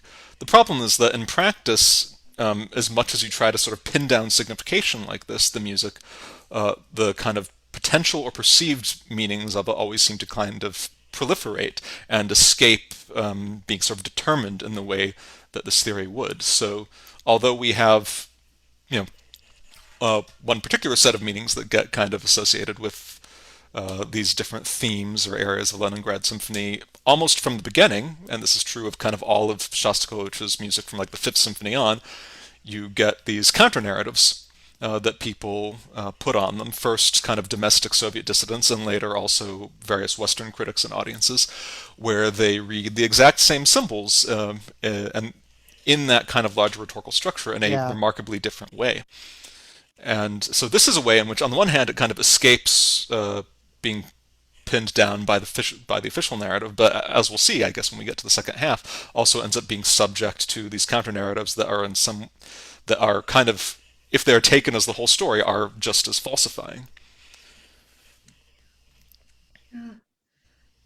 Yeah, so I mean, it's so interesting to kind of also come back to the reliance on sort of reception to do a lot of that equivocating, right? That one way in which this art works the trap of socialist realism, but also kind of produces pretty wonderful things, sort of in conversation with its conventions, is just to assume that readers kind of have their own sort of, or listeners, right, have their own sort of impetus, right, that they can be sort of up to the challenge of parsing these forms, which, I mean, I find really fascinating as maybe a theory of how one goes about working within a sort of top-down sponsored program of art, or working to a program in general. I mean, it's funny because you raised the cinema parallel before, but I'm actually here thinking of a very different cinema case, but in which the state sponsored it, but it is also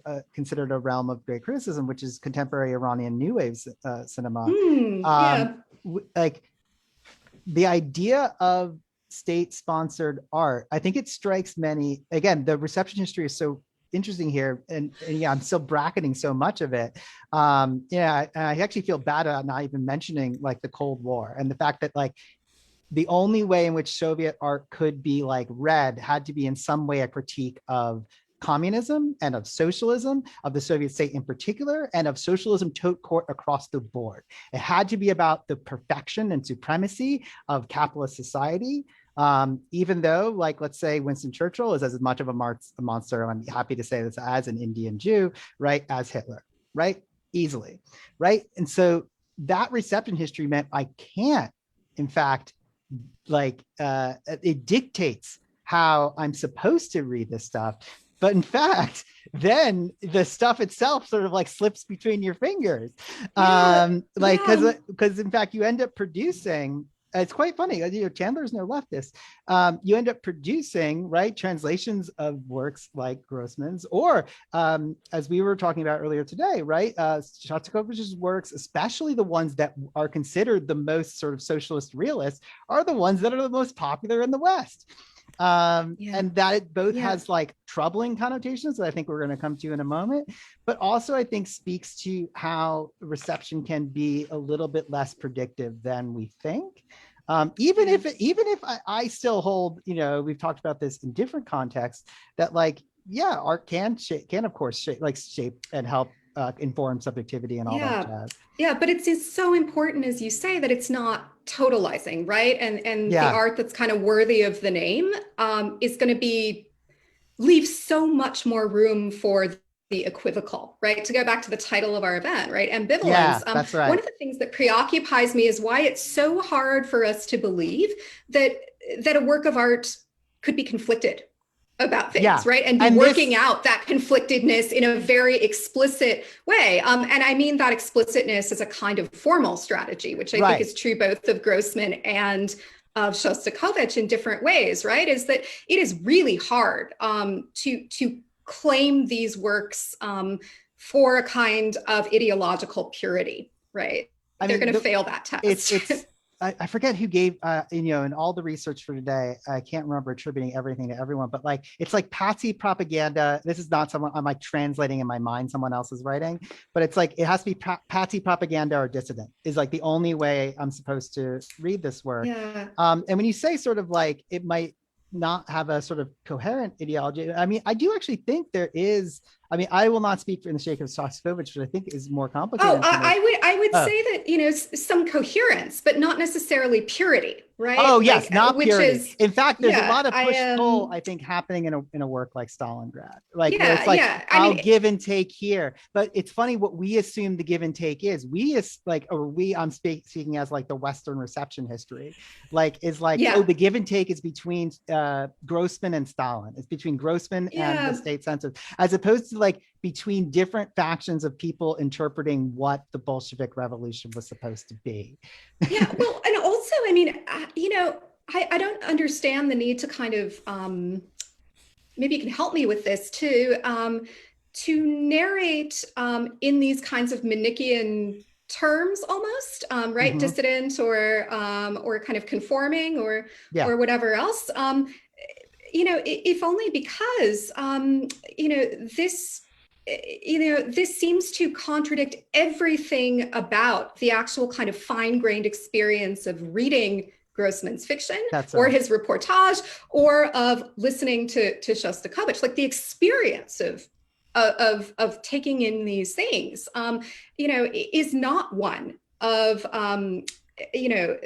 feeling that I am being somehow kind of educated into some sort of determinate position, right? In fact, just the opposite, right? I feel that I'm confronting all of the ways in which kind of, even if there is a certain coherence to ideology, which is definitionally ideology has a kind of coherence, right? Yeah. Even if there's a coherence to it, that one always kinds of runs into the grain, the snag, the point of rupture. And that, in fact, is what happens when one tries to commit art, right, that is also maybe committed politically in other senses or committed ideologically in other senses, right, is that it ends up being that astronomical mirror and showing you the grain as much as it's showing you the kind of clear, smooth surfaces.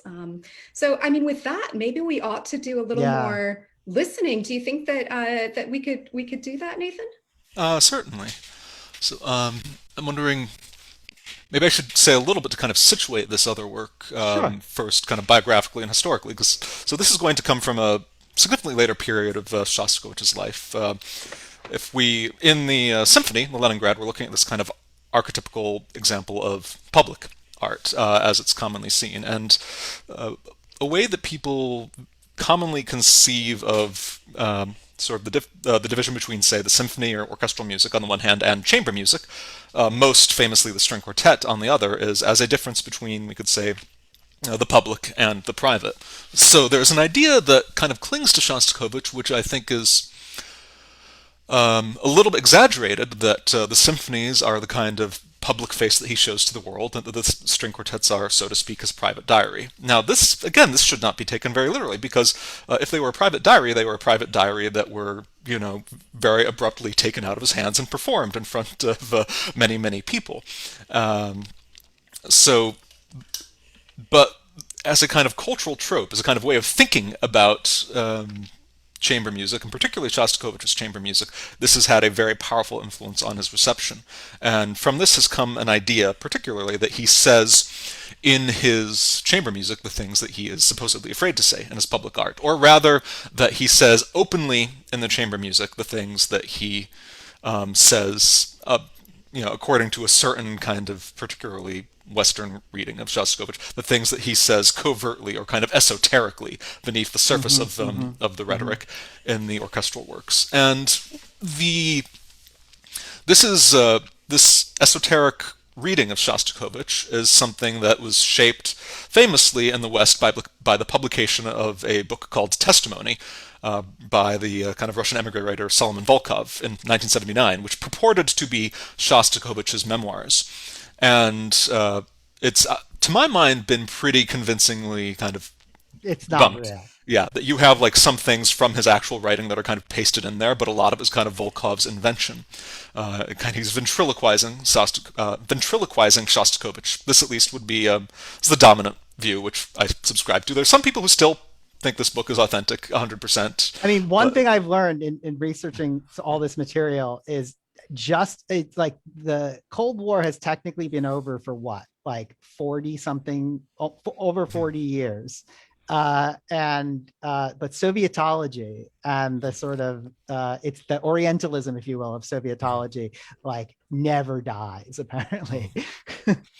yeah, I mean, in Shostakovich, I mean, we could say that kind of contrasting with and in some way almost kind of mirroring the kind of official patriotic narrative of Shostakovich is this counter narrative of Shostakovich as a secret dissident, which Testimony is the kind of great exemplar of. And this, you could say, is kind of the background against which the Eighth String Quartet, which is probably the most famous of the string quartets, kind of most often performed, and certainly the most often kind of interpreted. It's the background against which it has been kind of received, particularly in the West. Although I should say that the Western reception here comes from, like, sort of dissident Russian accounts that are Soviet accounts that go back all the way to the time of the works. So it's not just Western readers who are kind of imposing this on it, but they tend to do it in a kind of cruder spirit than maybe the kind of Soviet figures that they're kind of deriving their interpretations from. But the Eighth Quartet is kind of treated, at least for, I mean, musically, for reasons that have a real kind of musical cause, although I think the interpretation is questionable, it is treated as a kind of musical equivalent of Testimony. It is Shostakovich purportedly revealing his kind of true attitude toward the party, toward his life, toward Stalin, kind of after the fact, in the diary of his chamber music. And the reason it is interpreted this way, well, there's first a kind of question we could say of biographical context, which I think is actually a little bit more complicated than what it's normally read as. And second, as we'll see in a second, a question of kind of musical content and of the particular sort of I don't want to say rhetoric, because in a way it is a very kind of private piece, but the particular kind of modes of signification within which he's working in the quartet, which are very kind of pregnant and very have like a lot of implications to them. Now, the biographical context of the Eighth Quartet is that Shostakovich writes it in 1960, I believe. It's during the thaw, but it is a work that is in some ways very deliberately looking back to the war period. So a couple of events are kind of significant to the piece and to how it's been interpreted. The first is that Shostakovich writes it very shortly after he finally joins the Communist Party. Somebody asked, I think earlier in the questions, like, were either he or Grossman party members? The answer is Shostakovich was not until like 1960, much after the period he would presumably have been under like the greatest pressure to become one. He becomes a party member in 1960. Very shortly after that, he travels to Dresden to consider kind of writing the music for a film that I think is primarily about the firebombing of the city. And while he's in Dresden, he ends up not scoring that film, but while he's in Dresden, he writes in kind of a white heat over the span of 3 days this string quartet. And the string quartet seems to be on the kind of the outer level, the kind of official level at least, very clearly inspired by what he's been thinking about in Dresden. He subtitles it initially to the victims of, in memory of the victims of war and fascism. Which is later notably reversed, so it becomes in memory of the victims of fascism and war. So the initial sort of Dresden impetus, which is, about presumably not so much what Hitler did to anyone, but what, the Allies did to, in fact, to Germany, later gets sort of tweaked to make the kind of fascism issue once again central. Now, so the official narrative holds that the string quartet is we could say, about this, really, is about fascism.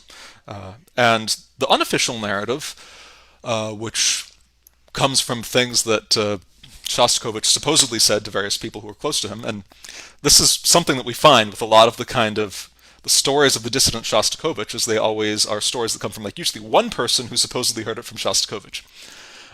So the official story is that Shostakovich says this is memory of the victims of fascism. The unofficial story, which I think is relayed among other things I think in the memoirs of Vladimir Ashkenazy, and then also by I think Isaac Glickman, who was a kind of correspondent of Shostakovich. These are he supposedly says to Ashkenazy something like, "Well, of course, you know there are other inhuman systems besides the fascists. This could also apply to our system." So, in the official narrative, this is a kind of looking back at the experience of the fascist period. In the unofficial narrative, it is this autobiographical work about Shostakovich's own life and about particularly his experiences under Stalinism, as this is commonly perceived. Now, musically, what kind of underlies this are particularly a network of allusions and musical motifs and quotations that saturate the piece and that give it this very particularly autobiographical character. So the very opening of the quartet begins with this characteristic fugue, or kind of quasi-fugue, built around this kind of four-note motive, which you'll hear saturate every voice or every instrument in the quartet. It's like those four notes, and everything really in this opening is going to be derived from that.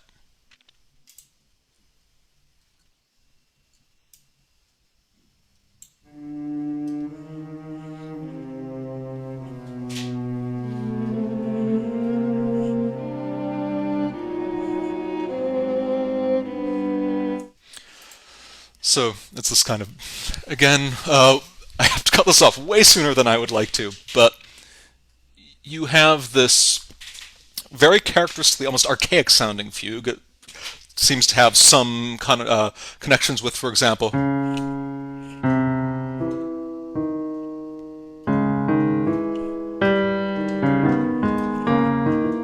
with like Bach fugues that have this particular kind of archaic texture to them. Now, this is saturated throughout by this particular motif that will pop up again and again throughout the course of the quartet. So, and then you have, the next instrument enters, and then each entry highlights this four-note figure.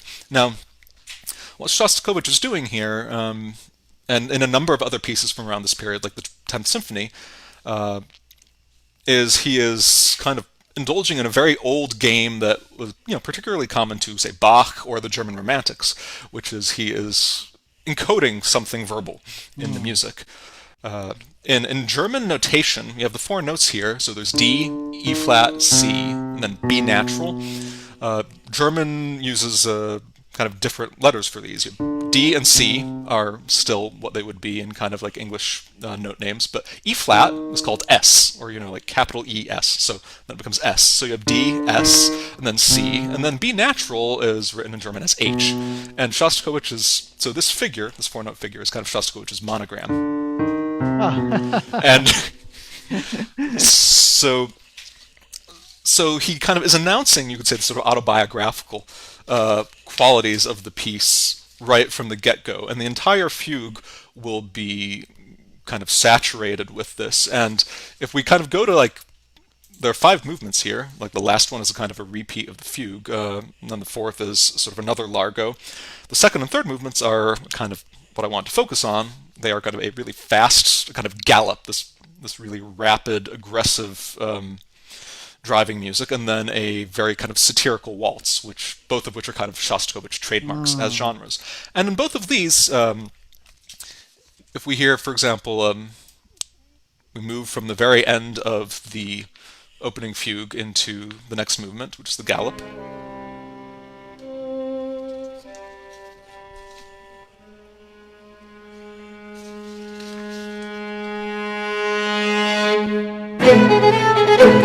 So, and then you get this rapid, aggressive music.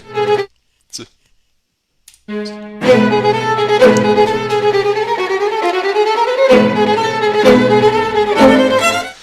but what happens with this is it very quickly moves from the seemingly different theme to this kind of obsessive return to the monogram music once again. So if we go about like 40 seconds into this music, you'll hear kind of what you heard of the opening start to kind of transform once again back into. Here we go. It transforms once again back into what we heard at the very beginning of the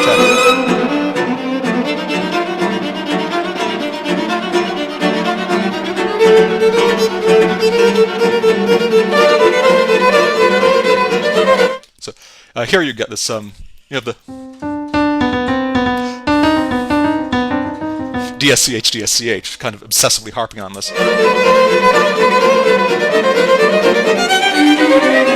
Now you get it in half notes. Ba da da da.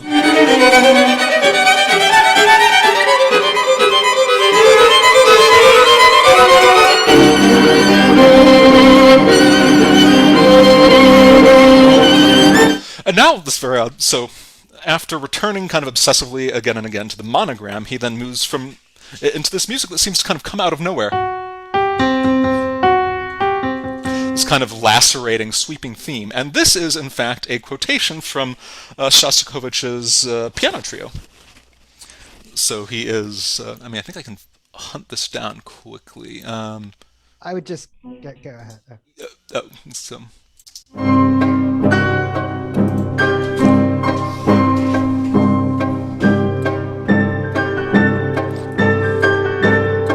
So the entire piece is kind of shot through both with this monogram and with these quotations. First one, piano trio. Later he quotes from his own cello concerto. And then he transforms the same motive into kind of innumerable different forms. So the next movement, for example. Oops. This is for the cello concerto. You also get you get excerpts from all these other pieces that are kind of woven through it. As well as various other songs. Like there's a revolutionary song called "Tormented by Grievous Bondage" that he kind of works into this. So, in its kind of perpetual return to the material of his kind of this musical signature that he kind of engraves into the piece, and to these various musical ideas, he is in a way performing in this very vivid, rhetorical way the autobiographical nature of the piece. And because of this, it gets read as what these quotations do is they infuse it with a sort of you could say an extra textual meaning. It becomes sort of imbricated in this very kind of deep way with the world around it, with the events of Shostakovich's own life, but in a way that has left it kind of enormously open to these radically divergent interpretations. And so famously, again, one of these stories that Shostakovich supposedly relays to someone is he says, well, instead of being called In Memory of the Victims of Fascism and War, it could have been called In Memory of the Composer of this Quartet. And this idea, people kind of take it and run with it, and they sometimes refer to it as Shostakovich's so-called suicide note. And this idea, then, of it being kind of an esoteric narrative, a kind of musical equivalent of testimony, essentially, becomes deeply ingrained in the way in which it is received in the U.S. Rekha? I just, not to play into the esoteric reading at all, but I don't know, if Shostakovich was thinking of kind of the four-note sequence of the DS era, but it occurs to me that it could be a musical pun as well, right? Like DS are Shostakovich's initials, and DS era is the four-note musical sequence that that signals the same Requiem. thing. So yeah, it's really interesting to think about it in terms of Requiem, although I don't want to kind of go whole hog in terms of the suicide he didn't thing. actually kill himself, did he? No, he didn't. I was like, wait a minute, did I miss this? What happens is that Glickman, his correspondent, who he kind of wrote to about this piece, claimed that Shostakovich was considering suicide at this point, and then this idea of it as a quote unquote suicide note, even though he doesn't actually follow through on it, becomes a very central part of its reception. So the idea is that here he is burying himself. He is showing us the truth that lies latent between these other pieces. This is kind of what the trope of the suicide note kind of accomplishes for again, people. it's so fascinating to me just because of the other material we have on hand. Because in fact, one of the things that the scholar I mentioned before, Hellbeck, a historian who really unearthed so much of the important material around Grossman, points out is that autobiography, right? Like, so read through that's like weird, like Cold War, the end of Arendt's Origins of Totalitarianism, right? We're all wrapped, like their totalitarians are wrapped in the iron band and have no brains. And like we in the good West are free. I mean, that's reductive, but whatever. Right. He points out actually autobiography was highly encouraged by the state to sort of because the hope was that people would sort of write their coming to socialist conscious, like the story that Rebecca told before about like the creation of the new Soviet man, that they would like write that story. And in fact, one of the things that Grossman did in his early career was collect tons of these stories. And they did particularly change around the war. So again, the very thing that could be cited as the moment of dissidence, right? It's like, the individual struggling back, ironically, right after they come out and join the party. Like, it also could be like they join the party and now feel safe to like use the party approved form of autobiography. It's like an extremely ambiguous, to say the least. What happens as well is like then people kind of, I mean, they take the kind of narrative that can be constructed from this, and then you have this kind of cottage industry that arises of reading everything Shostakovich wrote in the same way, and so But as esoteric, or as having esoteric, hidden, yeah. So I mean, a classic example, which comes actually from Volkov. So again, this is testimony. This is supposedly Shostakovich saying it, although he in fact does not say it. There's this famous line where he's talking about the kind of triumphant end of the Fifth Symphony, and he says, "What does this? Is this supposed to sound like rejoicing?" It's like it's as if someone is hammering you over the head, saying, "Rejoice, rejoice, rejoice." And any idiot could see that that this is not genuine, basically. And this is what he passes off as Shostakovich's own words. And I don't know really how you falsify that. Like how if well, you hear I these, think this is one of the reasons why biography is not helpful, yeah. right? The work itself is helpful here. I mean, one could say that also about Beethoven's Ninth if you wanted to, right? And I mean, the Ninth doesn't feel that troubled to me, but one could say it. And in fact, right, like I think there comes a point where biography limits us or even blinds us to what is happening that is interesting in the work, right? That sort of astronomical lens that Rebecca was training us on before. So well, and we get to our old kind of problem of intent, right? Which is that astronomical mirror is going to show things that maybe have nothing to do with what the creator meant it to show. And I think Grossman at least is pretty comfortable with that, right? That the art is going to exceed him, right? And it's going to show warts, and it's going to show irregularities, in the way that he himself connects himself to pre-revolutionary writers, particularly Tolstoy, but also, Turgenev and people like that, right? Like he thinks they saw things that they themselves would never have seen. And he assumed, I think it's pretty clear in his writing, although this is not clear in the secondary literature, but I think it is pretty clear in his writing that he himself thinks others will be able to do something. And to bring us back to that sort of Benjamin, something in the sort of cause of some kind of social transformation, a positive one. Like he holds on to that hope, even when he's quite grim and old and bitter. and I don't want to ignore the grimness or the oldness or the bitterness, the disillusionment, all of which is there, and an incredible shame as well, for having signed the letter and that's what's coming now. The doctor's conspiracy. Well, we'll get to it, but there's a sense, I think, in which the whole kind of conversation about what intent can do. Just it has to leave off at some point, right? It has to leave off because the art's always going to speak something of which the person who made it is not fully aware, right? And you count on it to do that. I think of those stories of Grossman in journalistic mode and how he would just kind of sit silently for hours and let people talk to him, right? Yes, that's right. And that, that kind of thing about the mirror is not just cant. I think it was really a cornerstone of what he wanted his practice to do, which is to allow stuff to speak through him, right? And obviously he's a person, right? He has his own positions, right? And his own kind of commitments and resistances and all of that stuff, right? But there is a kind of method that is about sort of letting the world speak through you, and I don't think that that's fully kind of reducible to intent or fully ignorable. Yeah. One interesting thing, not to lionize intent necessarily, but the Shostakovich's that you do have actually, he gives very, very few public pronouncements.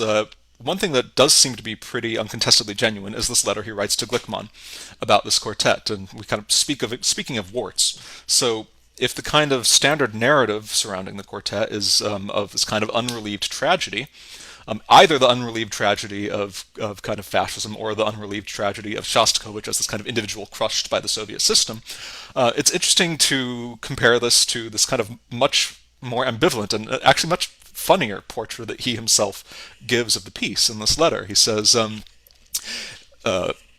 where he sees it in some ways as not just purely tragic, but as having this almost melodramatic or comic quality that is kind of hidden within the tragedy. Oh, that's funny. He says, it is a pseudo-tragic quartet, so much so that while I was composing it, I shed the same amount of tears as I would have had to pee after half a dozen beers.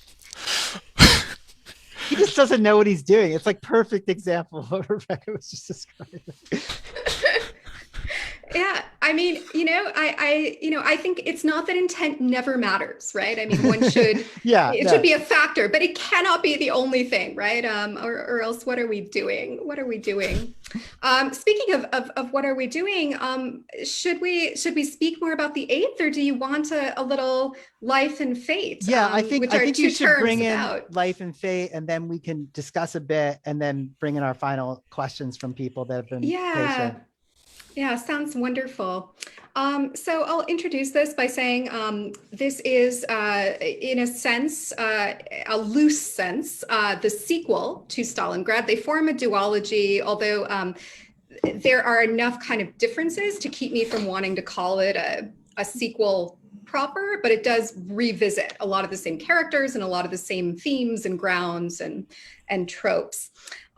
So Life and Fate is the novel that erroneously, I think, people want to read as being kind of the novel that kind of broke Vassily Grossman, and that's not quite true, as we will see. Although it is true that it was suppressed during his lifetime, right? So he finishes about in 1960, I think about 15 years maybe after he starts work on Stalingrad. And it is, not because of, I think, any particular personal animus on the part of Stalin, which is part of the legend, but it is suppressed partly, I think, for anti-Semitic reasons, and partly because it does the thing, speaking back to that astronomical mirror from Stalingrad, which is it shows a lot of the unideal aspects of Soviet life, right? And that actually did prove a sticking point for people. So that, and also kind of, as we'll talk about, I think, certain ways of reading the politics, right, of the moment.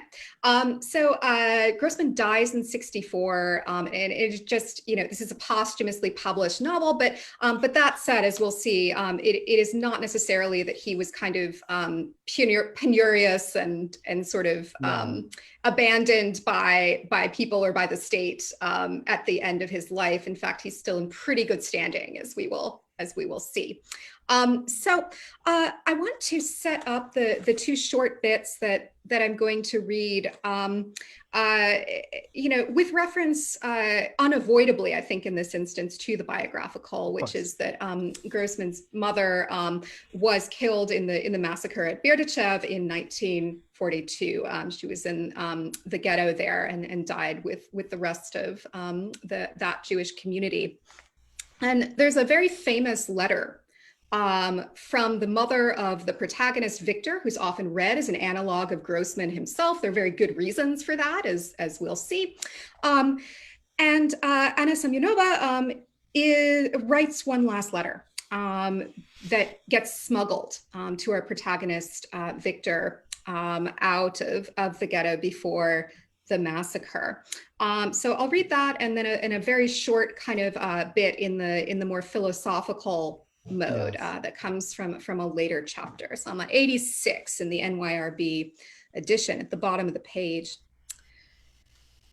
But what I really want to talk to you about is something quite different. I never used to feel I was a Jew. As a child, my circle of friends were all Russian. My favorite poets were Pushkin and Nekrasov. The one play which reduced me to tears, together with the whole audience, a congress of village doctors, was Stanislavski's production of Uncle Vanya. And once, Vidyenka, when I was 14, our family was about to emigrate to South America, and I said to my father, I'll never leave Russia. I'd rather drown myself. And I didn't go. But now, during these terrible days, my heart has become filled with the maternal tenderness toward the Jewish people. I never knew this love before. It reminds me of my love for you, my dearest son. And I just want one more paragraph from this letter. Vidyenka, I've seen many bad people here, people who are greedy, dishonest, capable even of betrayal. We've got one terrible man, Epstein, who came here from some little town in Poland. He wears a band around his sleeve and helps the Germans with their interrogations and searches. He gets drunk with the Ukrainian policemen, and they send him round to people's homes to extort vodka, money, and food. I've seen him twice, a tall, handsome man in a smart cream-colored suit. Even the yellow star sewn on his jacket looks like a chrysanthemum. And I'll give you the second bit now. And this is chapter 51, I think, in the first part. It's on page 217.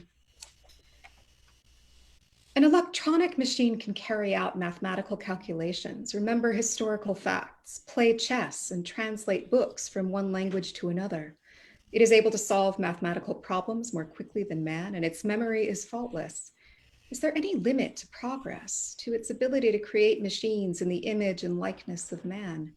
It seems that the answer is no. It is not impossible to imagine the machine of future ages and millennia. It will be able to learn music, to listen to music and appreciate art. It will even be able to compose melodies, paint pictures, and write poems. Is there a limit to its perfection? Can it be compared to man? Will it surpass him? Childhood memories, tears of happiness, the bitterness of parting, love of freedom, feelings of pity for a sick puppy, nervousness, a mother's tenderness, thoughts of death, sadness, friendship, love of the weak, sudden hope, a fortunate guess, melancholy, unreasoning joy, sudden embarrassment. The machine will be able to recreate all of this, but the surface of the whole earth will be too small to accommodate this machine whose dimensions and weight will continually increase as it attempts to reproduce the peculiarities of mind and soul of an average, inconspicuous human being. Fascism annihilated tens of millions of people. So those are my little bits of life and fate, which is well worth reading in its entirety.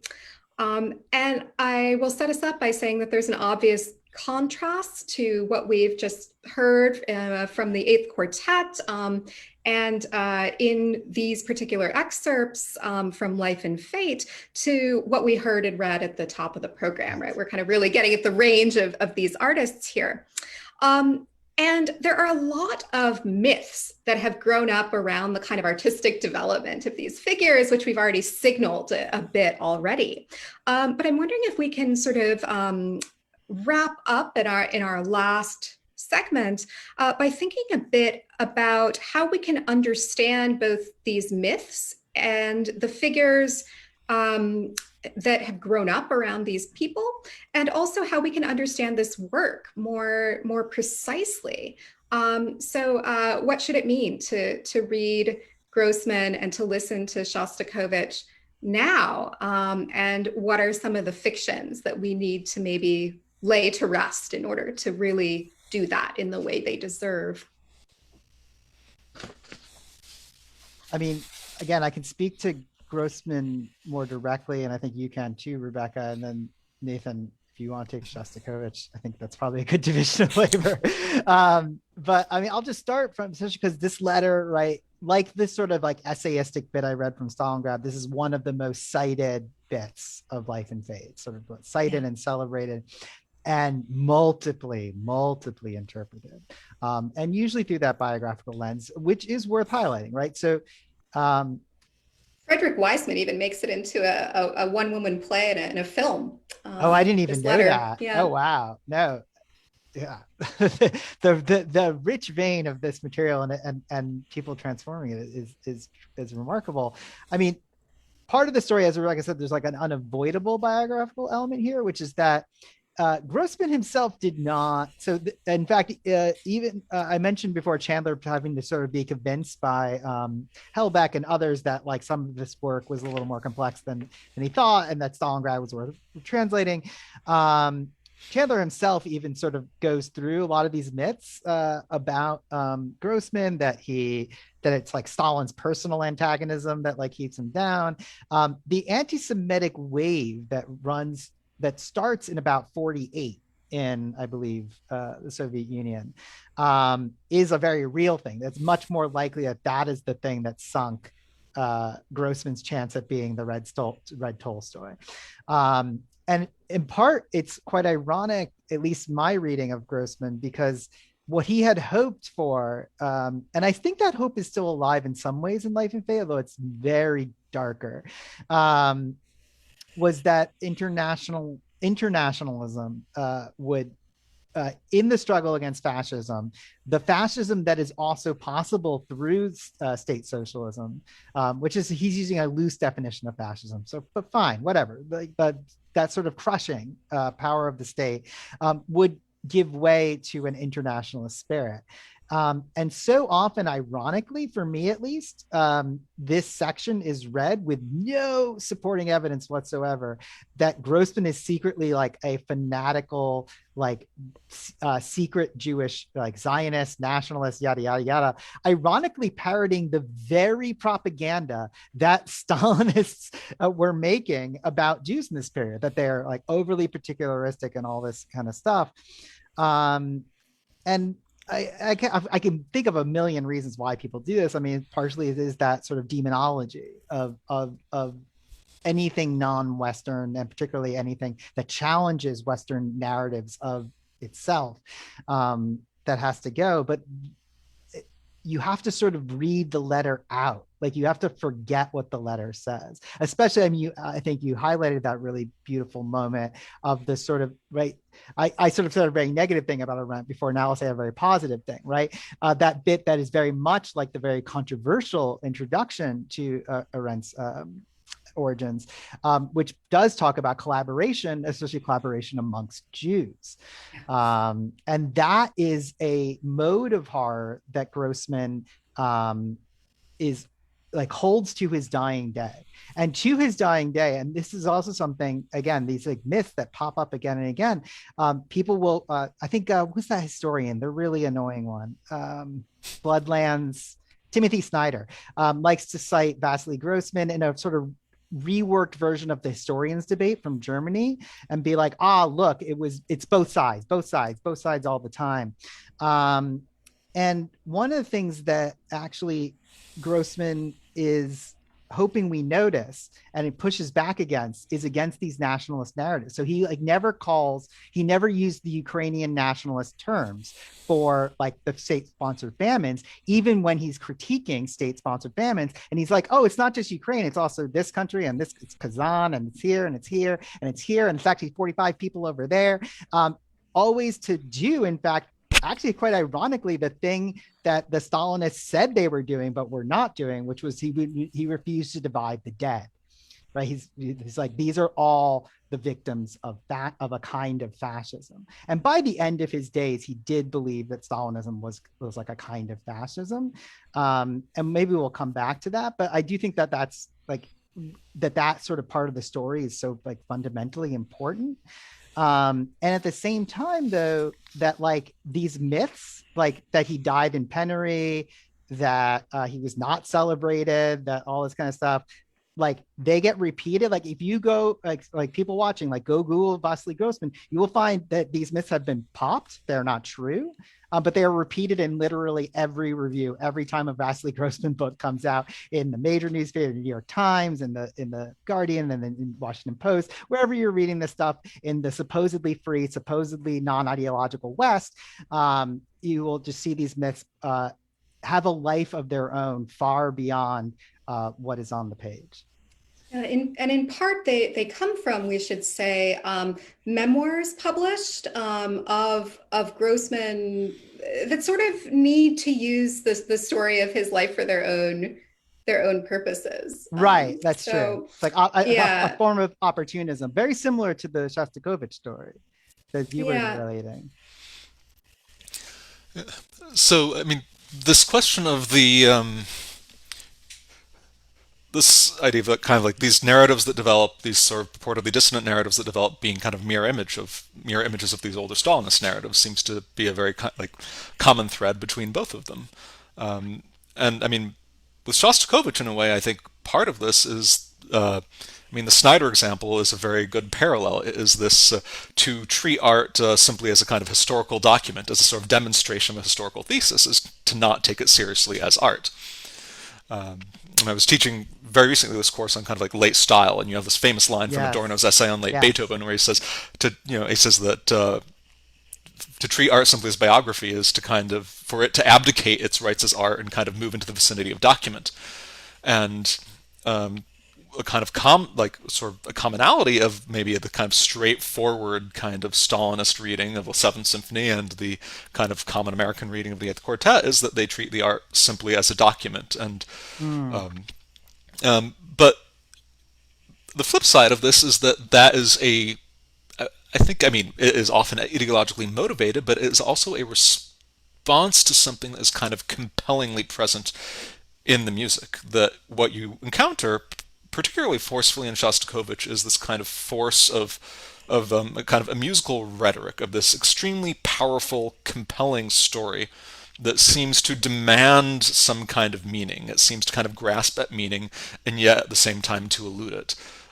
So there is,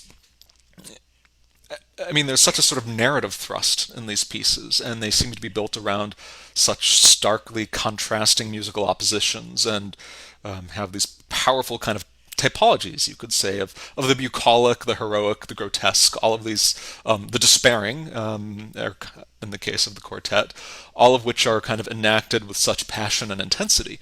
And it is, I think this is part of what seems to kind of draw these different interpretations to it kind of compulsively, and did, like, really from very early on in Shostakovich's life. So I want to say that, like, these interpretations, on the one hand, are attempts to kind of formulate it, to pin down the butterfly and thus kill it, but that they are also, like the lepidopterist's passion, they're kind of a natural response to its power, its eerie beauty. So the musicologist Carolyn Abate says that music is sticky. That is to say, That's like, great. it takes on meanings, like, kind of promiscuously. That's great. And it's just when we, it's when we kind of start to mistake those meanings for the meaning with a capital M that we lead ourselves astray. Well, it would have to be the voice of God for it to have that kind of meaning. Yeah, I think so. I mean, I don't know if there's so much to say here. I don't know, Rebecca, did you, because I don't want to leave that other passage behind, because it's like, it ties so much. The second passage that Rebecca read, do you want to say just a little bit about that? Because it also ties into something I think you introduced earlier with the sort of mastery of nature question.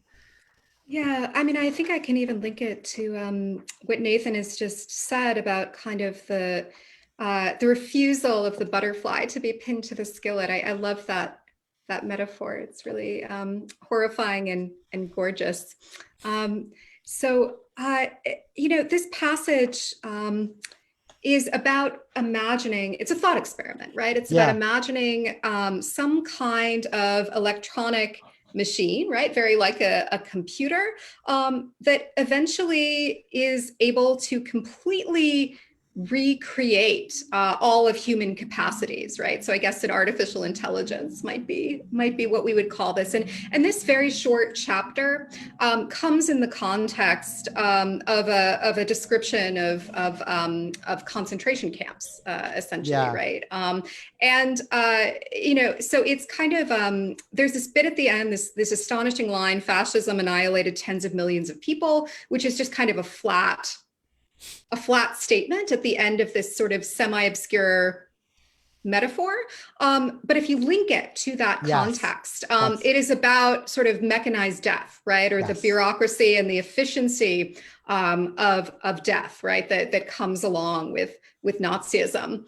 And there is a sense in which he's also taking this in an even larger sense, right? I mean, Grossman is nothing if not ambitious, right? yes, And yes, imagining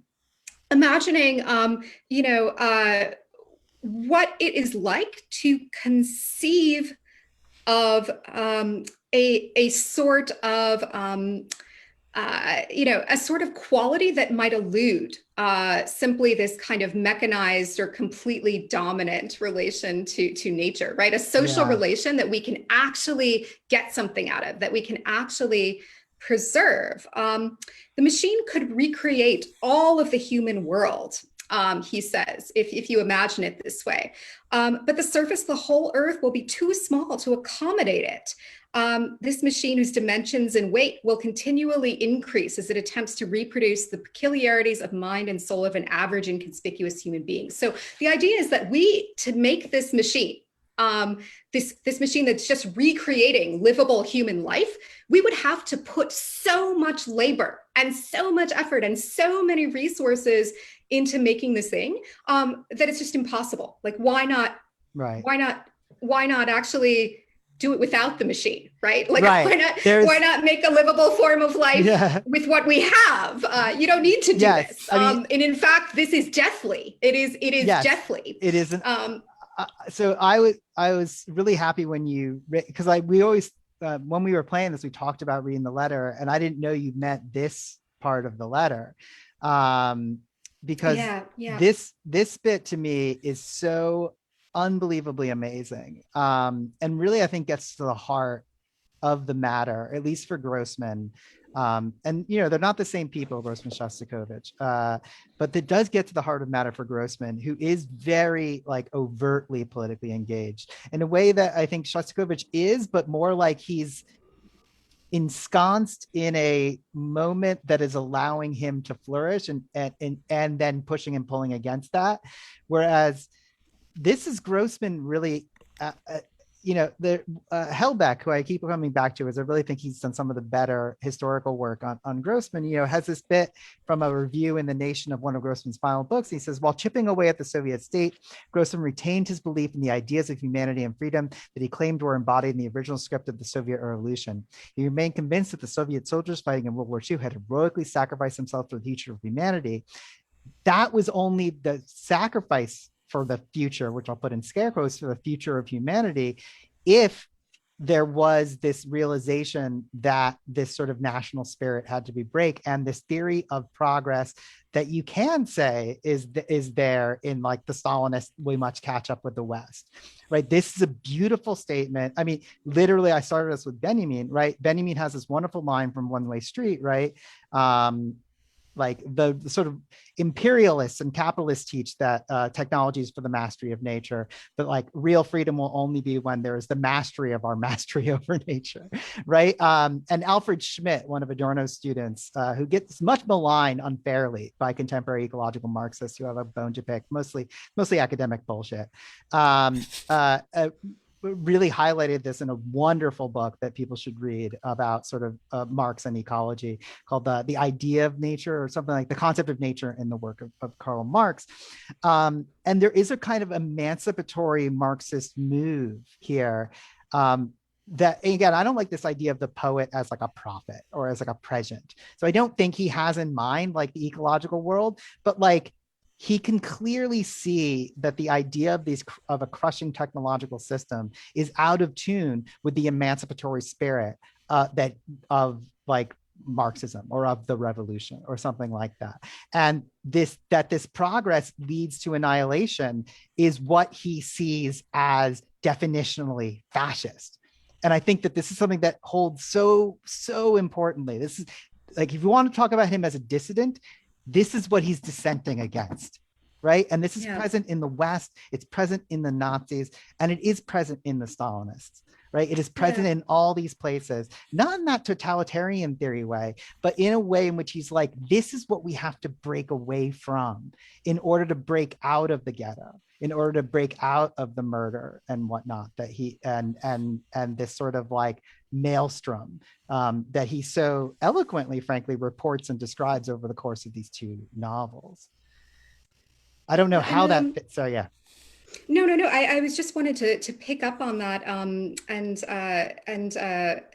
add my agreement, but also to say that it's so important to me. I think that that this is kind of giving us the view from 30,000 feet, right? We're zooming out to see the whole world. And yet, this machine, which the Earth could not sustain, would be designed merely to reproduce the peculiarities of mind and soul of one person, average, like inconspicuous human being. But let me say that I do think that it's really important that this comes in the form of what is nominally a novel, right? Yes. A medium that is concerned with psychological experience and with keeping the record of things that would otherwise not be visible, which you just can't do from 30,000 feet up, right? You have to deal with sort of individual psychology on one level, or you don't have to, but you almost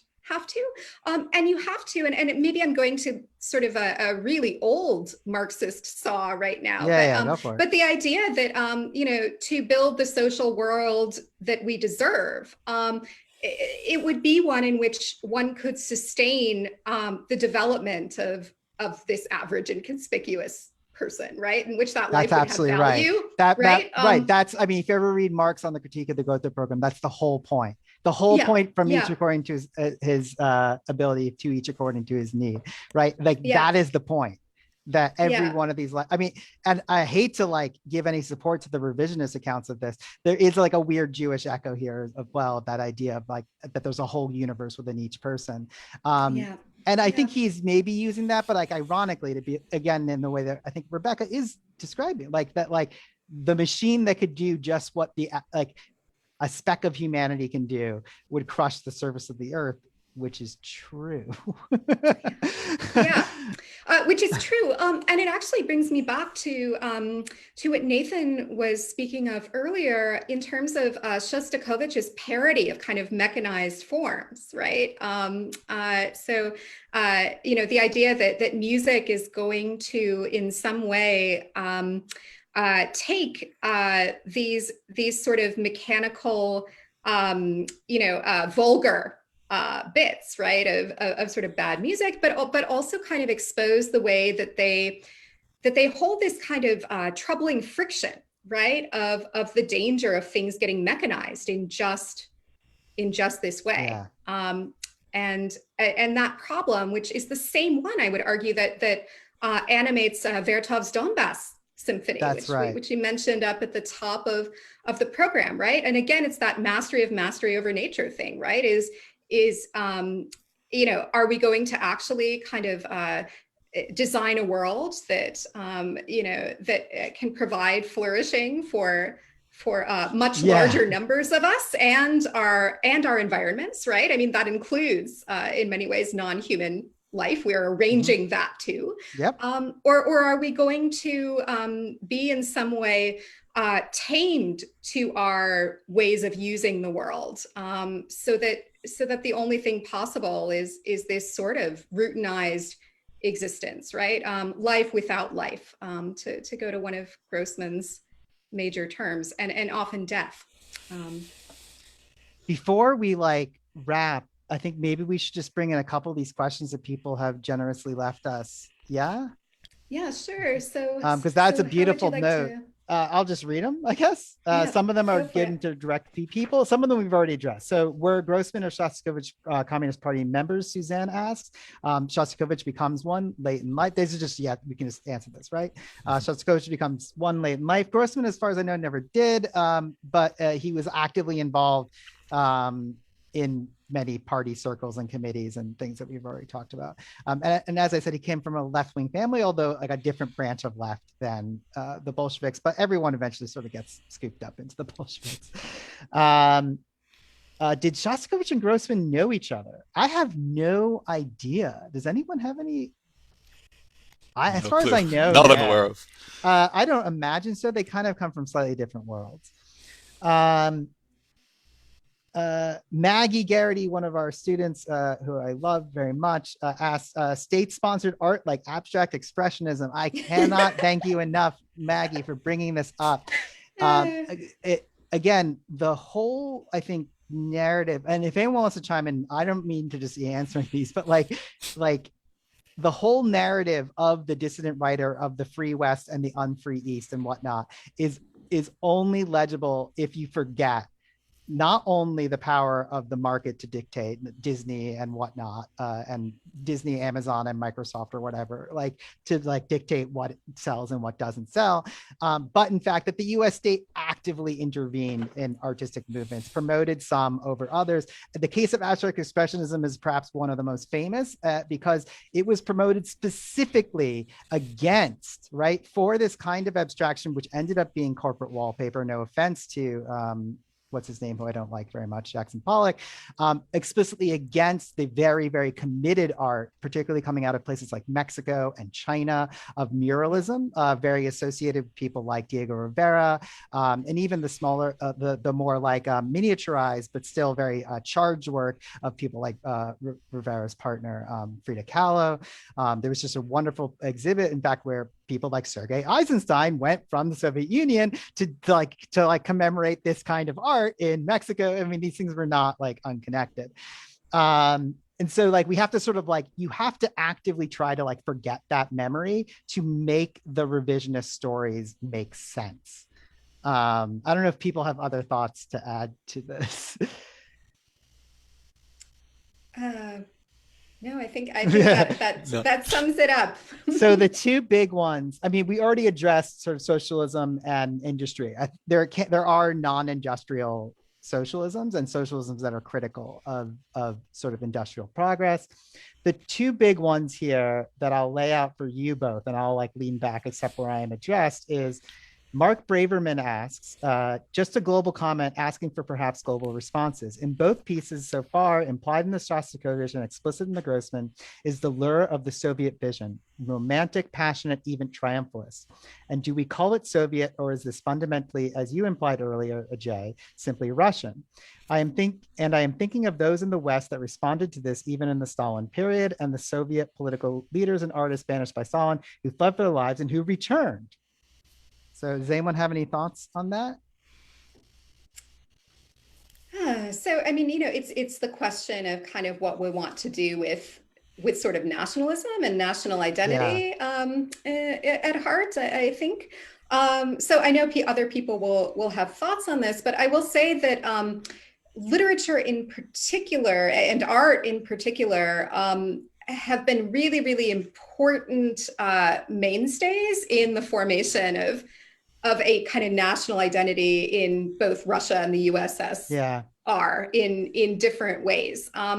And the example that I usually like to give, just because it's the easiest one to have, is the cult of Pushkin, right? Who I love, by the way, right? Go read Eugene Onegin. It's great. But Pushkin is sort of this figure who's kind of viewed as the font of Russian literature. And it's very easy to see. And it's been, there's thanks to a lot of wonderful scholarship on this, the ways in which Pushkin is a myth has been deployed in order to prop up different kinds of political agendas, right? So the minute you start kind of chipping away at that myth is the minute that you see that like maybe there's nothing essential about a Russian character, quote unquote.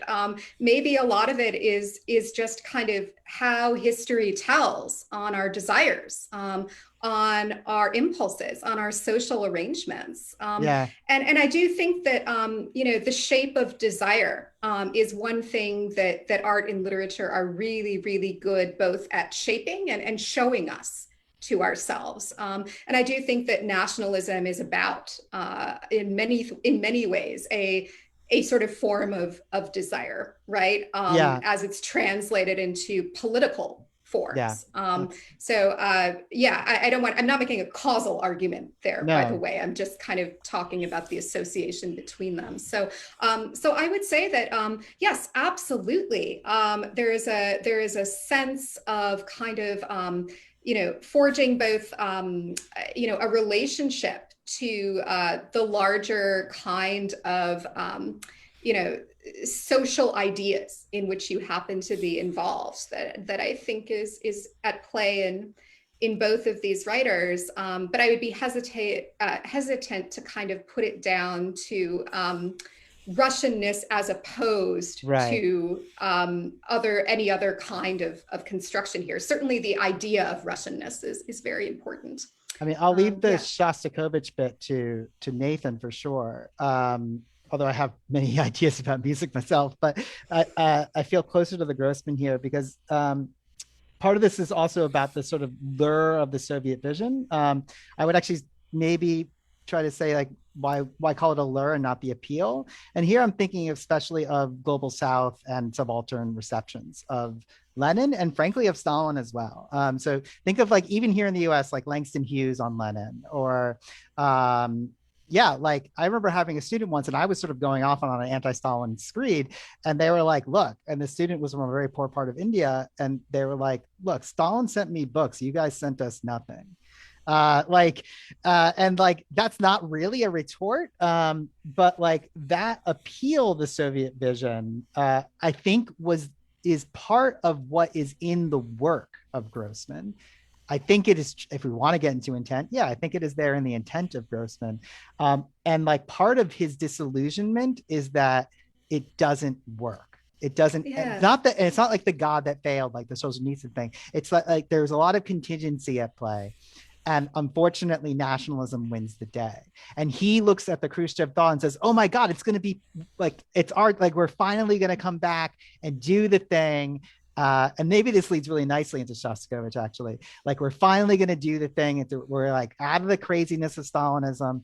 But unfortunately, actually, nationalism sort of gets crystallized. That thing, as opposed to the kind of, Grossman's very famous for in both Life and Fate and in Stalingrad, describing Stalingrad, ironically, perhaps, as a space of tremendous freedom and as like a human experiment in freedom. And that this is actually part of the ingeniousness of the people embodying the revolution, if you will, in that they develop these methods of like street warfare and stuff that the Germans, with all their masterful tanks and all their big fancy weaponry, can't keep up with, right? And thus they hold that back. I don't know how that speaks to Shostakovich. Well,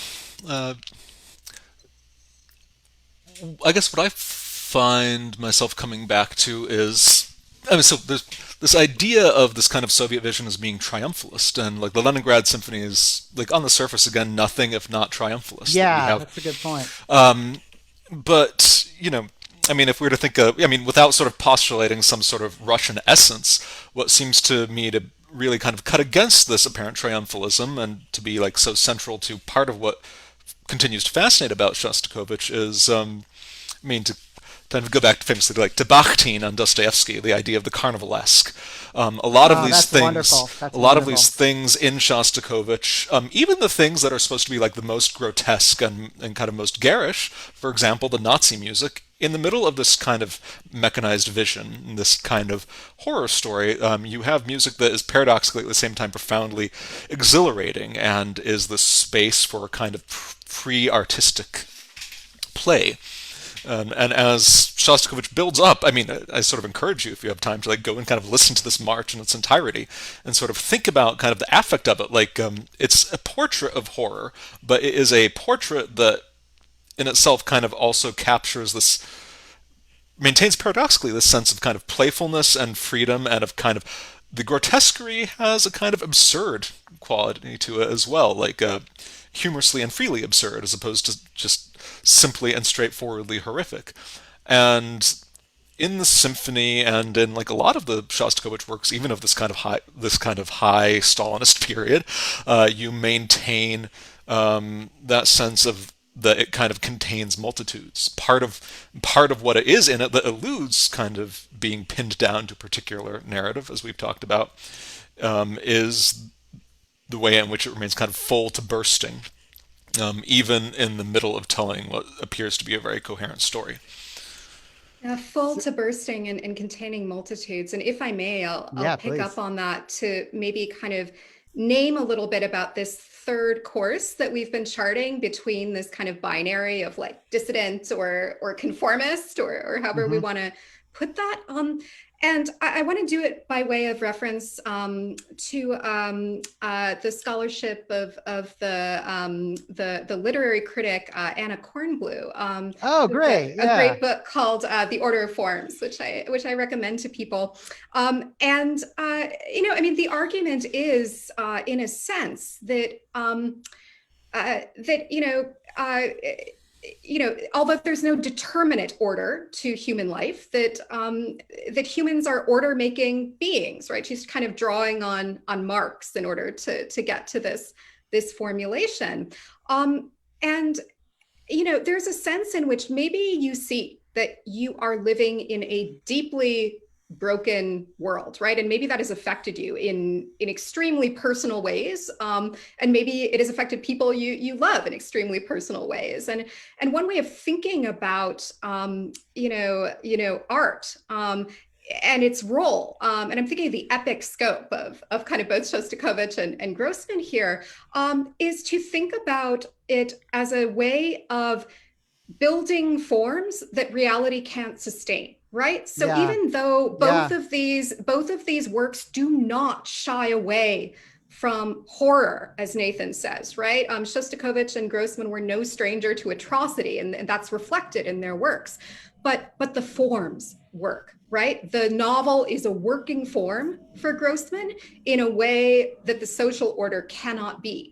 And I Yeah. would say that that is maybe true of Shostakovich as well, that the quartet or the symphony become working forms that if they cannot compensate you for a world that is fundamentally unjust, and fundamentally violent, at least show you the possibility that there can be forms of order, that supply the want in imagination, at the That's very right. least. So maybe that's a Pyrrhic victory, but I do think there's a kind of victory in that, and it doesn't resolve along that kind of dissident Yeah. or conforming line. I mean, the last question is so perfect, Rebecca, to pick up from there. And I think we can end on this. And it's two part, and it is addressed one part to Nathan, one part to me. But I actually think, Rebecca, you should probably take a crack at the second one first. Mm. But it says, Lawrence asks for Nathan, what do you think of Volkov's interpretation in Shostakovich's voice of the Leningrad as being covertly anti-Stalin rather than anti-fascist? So that's for you. And then I think this next one's for me, but I think it's really for Rebecca. And then I'm happy to sort of wrap it at the end, I suppose. Is this covert resistance also present in Stalingrad? And then comes out into the open to the point of contradicting the ideologies of Stalingrad in Life and Fate. So I'll let Yeah. Nathan So take it Nathan, you're first. first, man. Yeah, Yeah. well, I think to an extent I've kind of already indicated my general opinion of the Volkov Yeah. view. I'm, in a way, it's kind of, I mean, we have two things here. We have the idea of it being so anti-Stalin in the sense of being a kind of a deliberate critique or portrait of Stalin. I think that seems to be, on the one hand, undecidable, and on the other, also maybe not meaningful. What would it mean to us if Shostakovich intended this as a portrait of Stalin? How would we really, how would or should we hear it differently? And at some level, I think that the thrust of my argument so far has been that in a certain way, music doesn't work that way. um, that the kind of experience of it, sort of the bodily experience, um, is something that's kind of much more powerful than and supersedes the kind of meanings that we would attach to some sort of specific interpretation, or these like specific questions of intent. There's another way, though. I mean, this idea of resistance, covert resistance, that the work is that it is resistant on the sort of aesthetic level. Mm. It is resist. In that sense, you could say it was both that it is both anti-fascist and anti-Stalinist. In that, it That's great. tries to elude always like these kind of formulas of control that we are so intent on kind of putting on it. And Yeah, Rebecca? so I think that's just right, Nathan. And to pick up on yet another kind of thread of Adorno, who has been weaving in and out of our conversation tonight, he has this essay on lyric poetry and society, which I think states really quite succinctly some things that are kind of elaborated on more fully, but also more thornily in the posthumously published aesthetic theory. But there's a really kind of crystalline formulation in on lyric poetry and society. And essentially, Adorno is thinking of lyric kind of after Hegel's model of lyric as sort of, private utterance made through the form of the poetry, right? It's about the expression of individual experience that kind of spills out through the form of poetry. And it's a repository of those transient emotions or experiences that otherwise would have no say in the record keeping of the world, right? And that is what lyric poetry is for, although he acknowledges that this is a historical model, right? And in that essay, the argument is, what can we do with this sort of personal utterance, right? In a world that seems to be increasingly predicated on the siloed individual, right, as the kind of unit of experience. And actually, Adorno says, wait a minute, lyric poetry is both of the social and has to stand against it at the same Yeah. time, right? And it doesn't do so on the level of content, or sometimes it does, but it doesn't have to. Yeah. It does it, as Nathan says, on the level of form, and it shows you in the way that it is going about its utterance. How it is reaching for both a way of expressing something that is irreducibly personal, that's always going to be part of lyric, but always stands in some relation to the social world, whether by way of a combination of resistance or an attempt to kind of come to terms with, or any other kind of relation that you might think. But the point for Adorno is that never resolves. And the reason why we need lyric is to keep it from resolving, right? Yeah. We don't actually want to close that gap, right? There is a need not to close it because that, in a sense, is the thing that might educate our desire differently, is to see where the break is.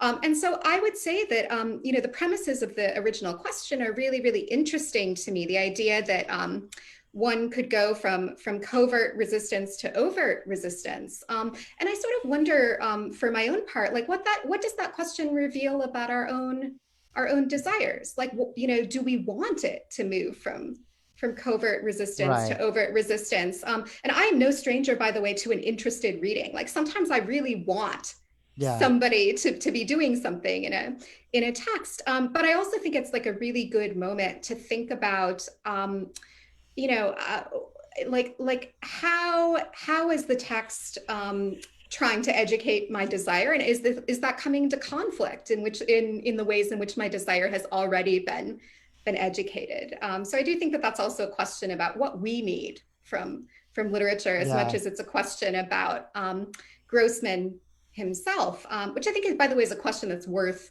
Asking. asking, Yeah. right? I mean, you can see, I hope people listening, why I threw this to Rebecca first. Because that, I mean, I will be much more direct about this. And say that I don't, I mean, Rebecca referred to this a little bit earlier, like how we should consider the books. Like I'm comfortable calling them a duology or like some kind of pair or whatever it is. And but it is problematic and weird, and things like travel across the books in different drafts, and it's weird. It's just weird.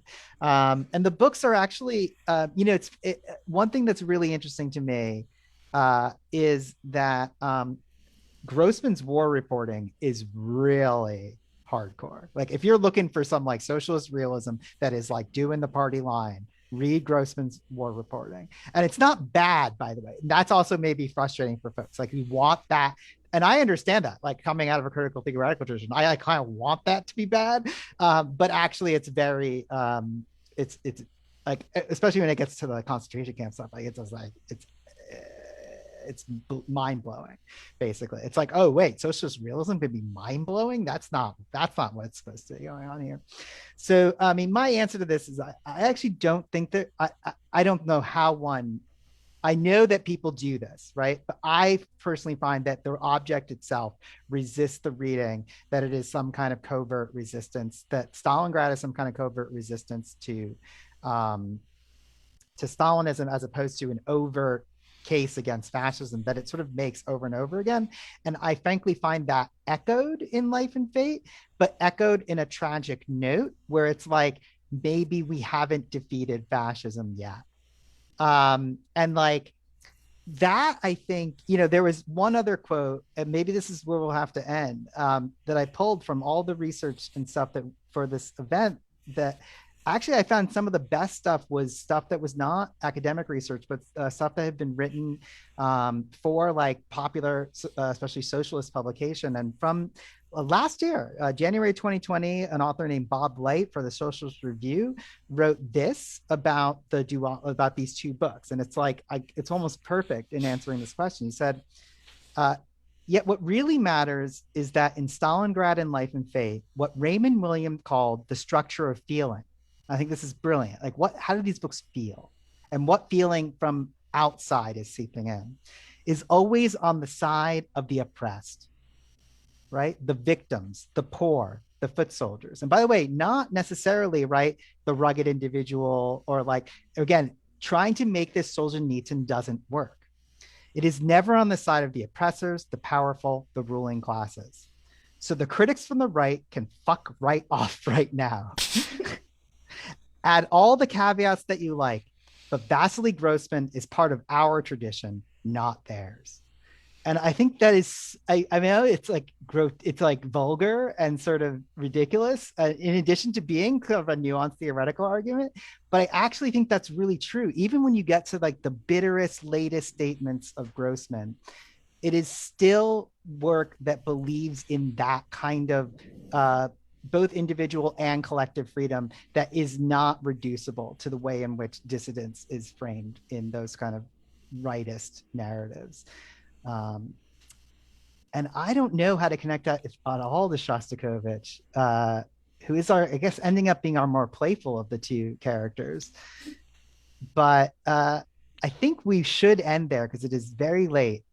So thank you all for listening to these pieces with us. We wish you could have paid them in their whole, and we do have links down there for you to listen to them in their whole, and listening to these excerpts from these very long books that are totally worth your while. They're broken into conveniently small chapters. I'll give it. Grossman knew his art, especially as a journalist writer. So he made long books, but they're short chapters. So you can just go one chapter at a time. And so each one is like a little short story sometimes. Yeah, it's pretty amazing. They're really amazing. So thank you again to our partners at Carnegie Hall, and our partners at the New York Review of Books. Thank you all for watching. And on behalf of Rebecca, Nathan, myself, and the Record Brooklyn Institute, thank you all for watching and listening to this discussion.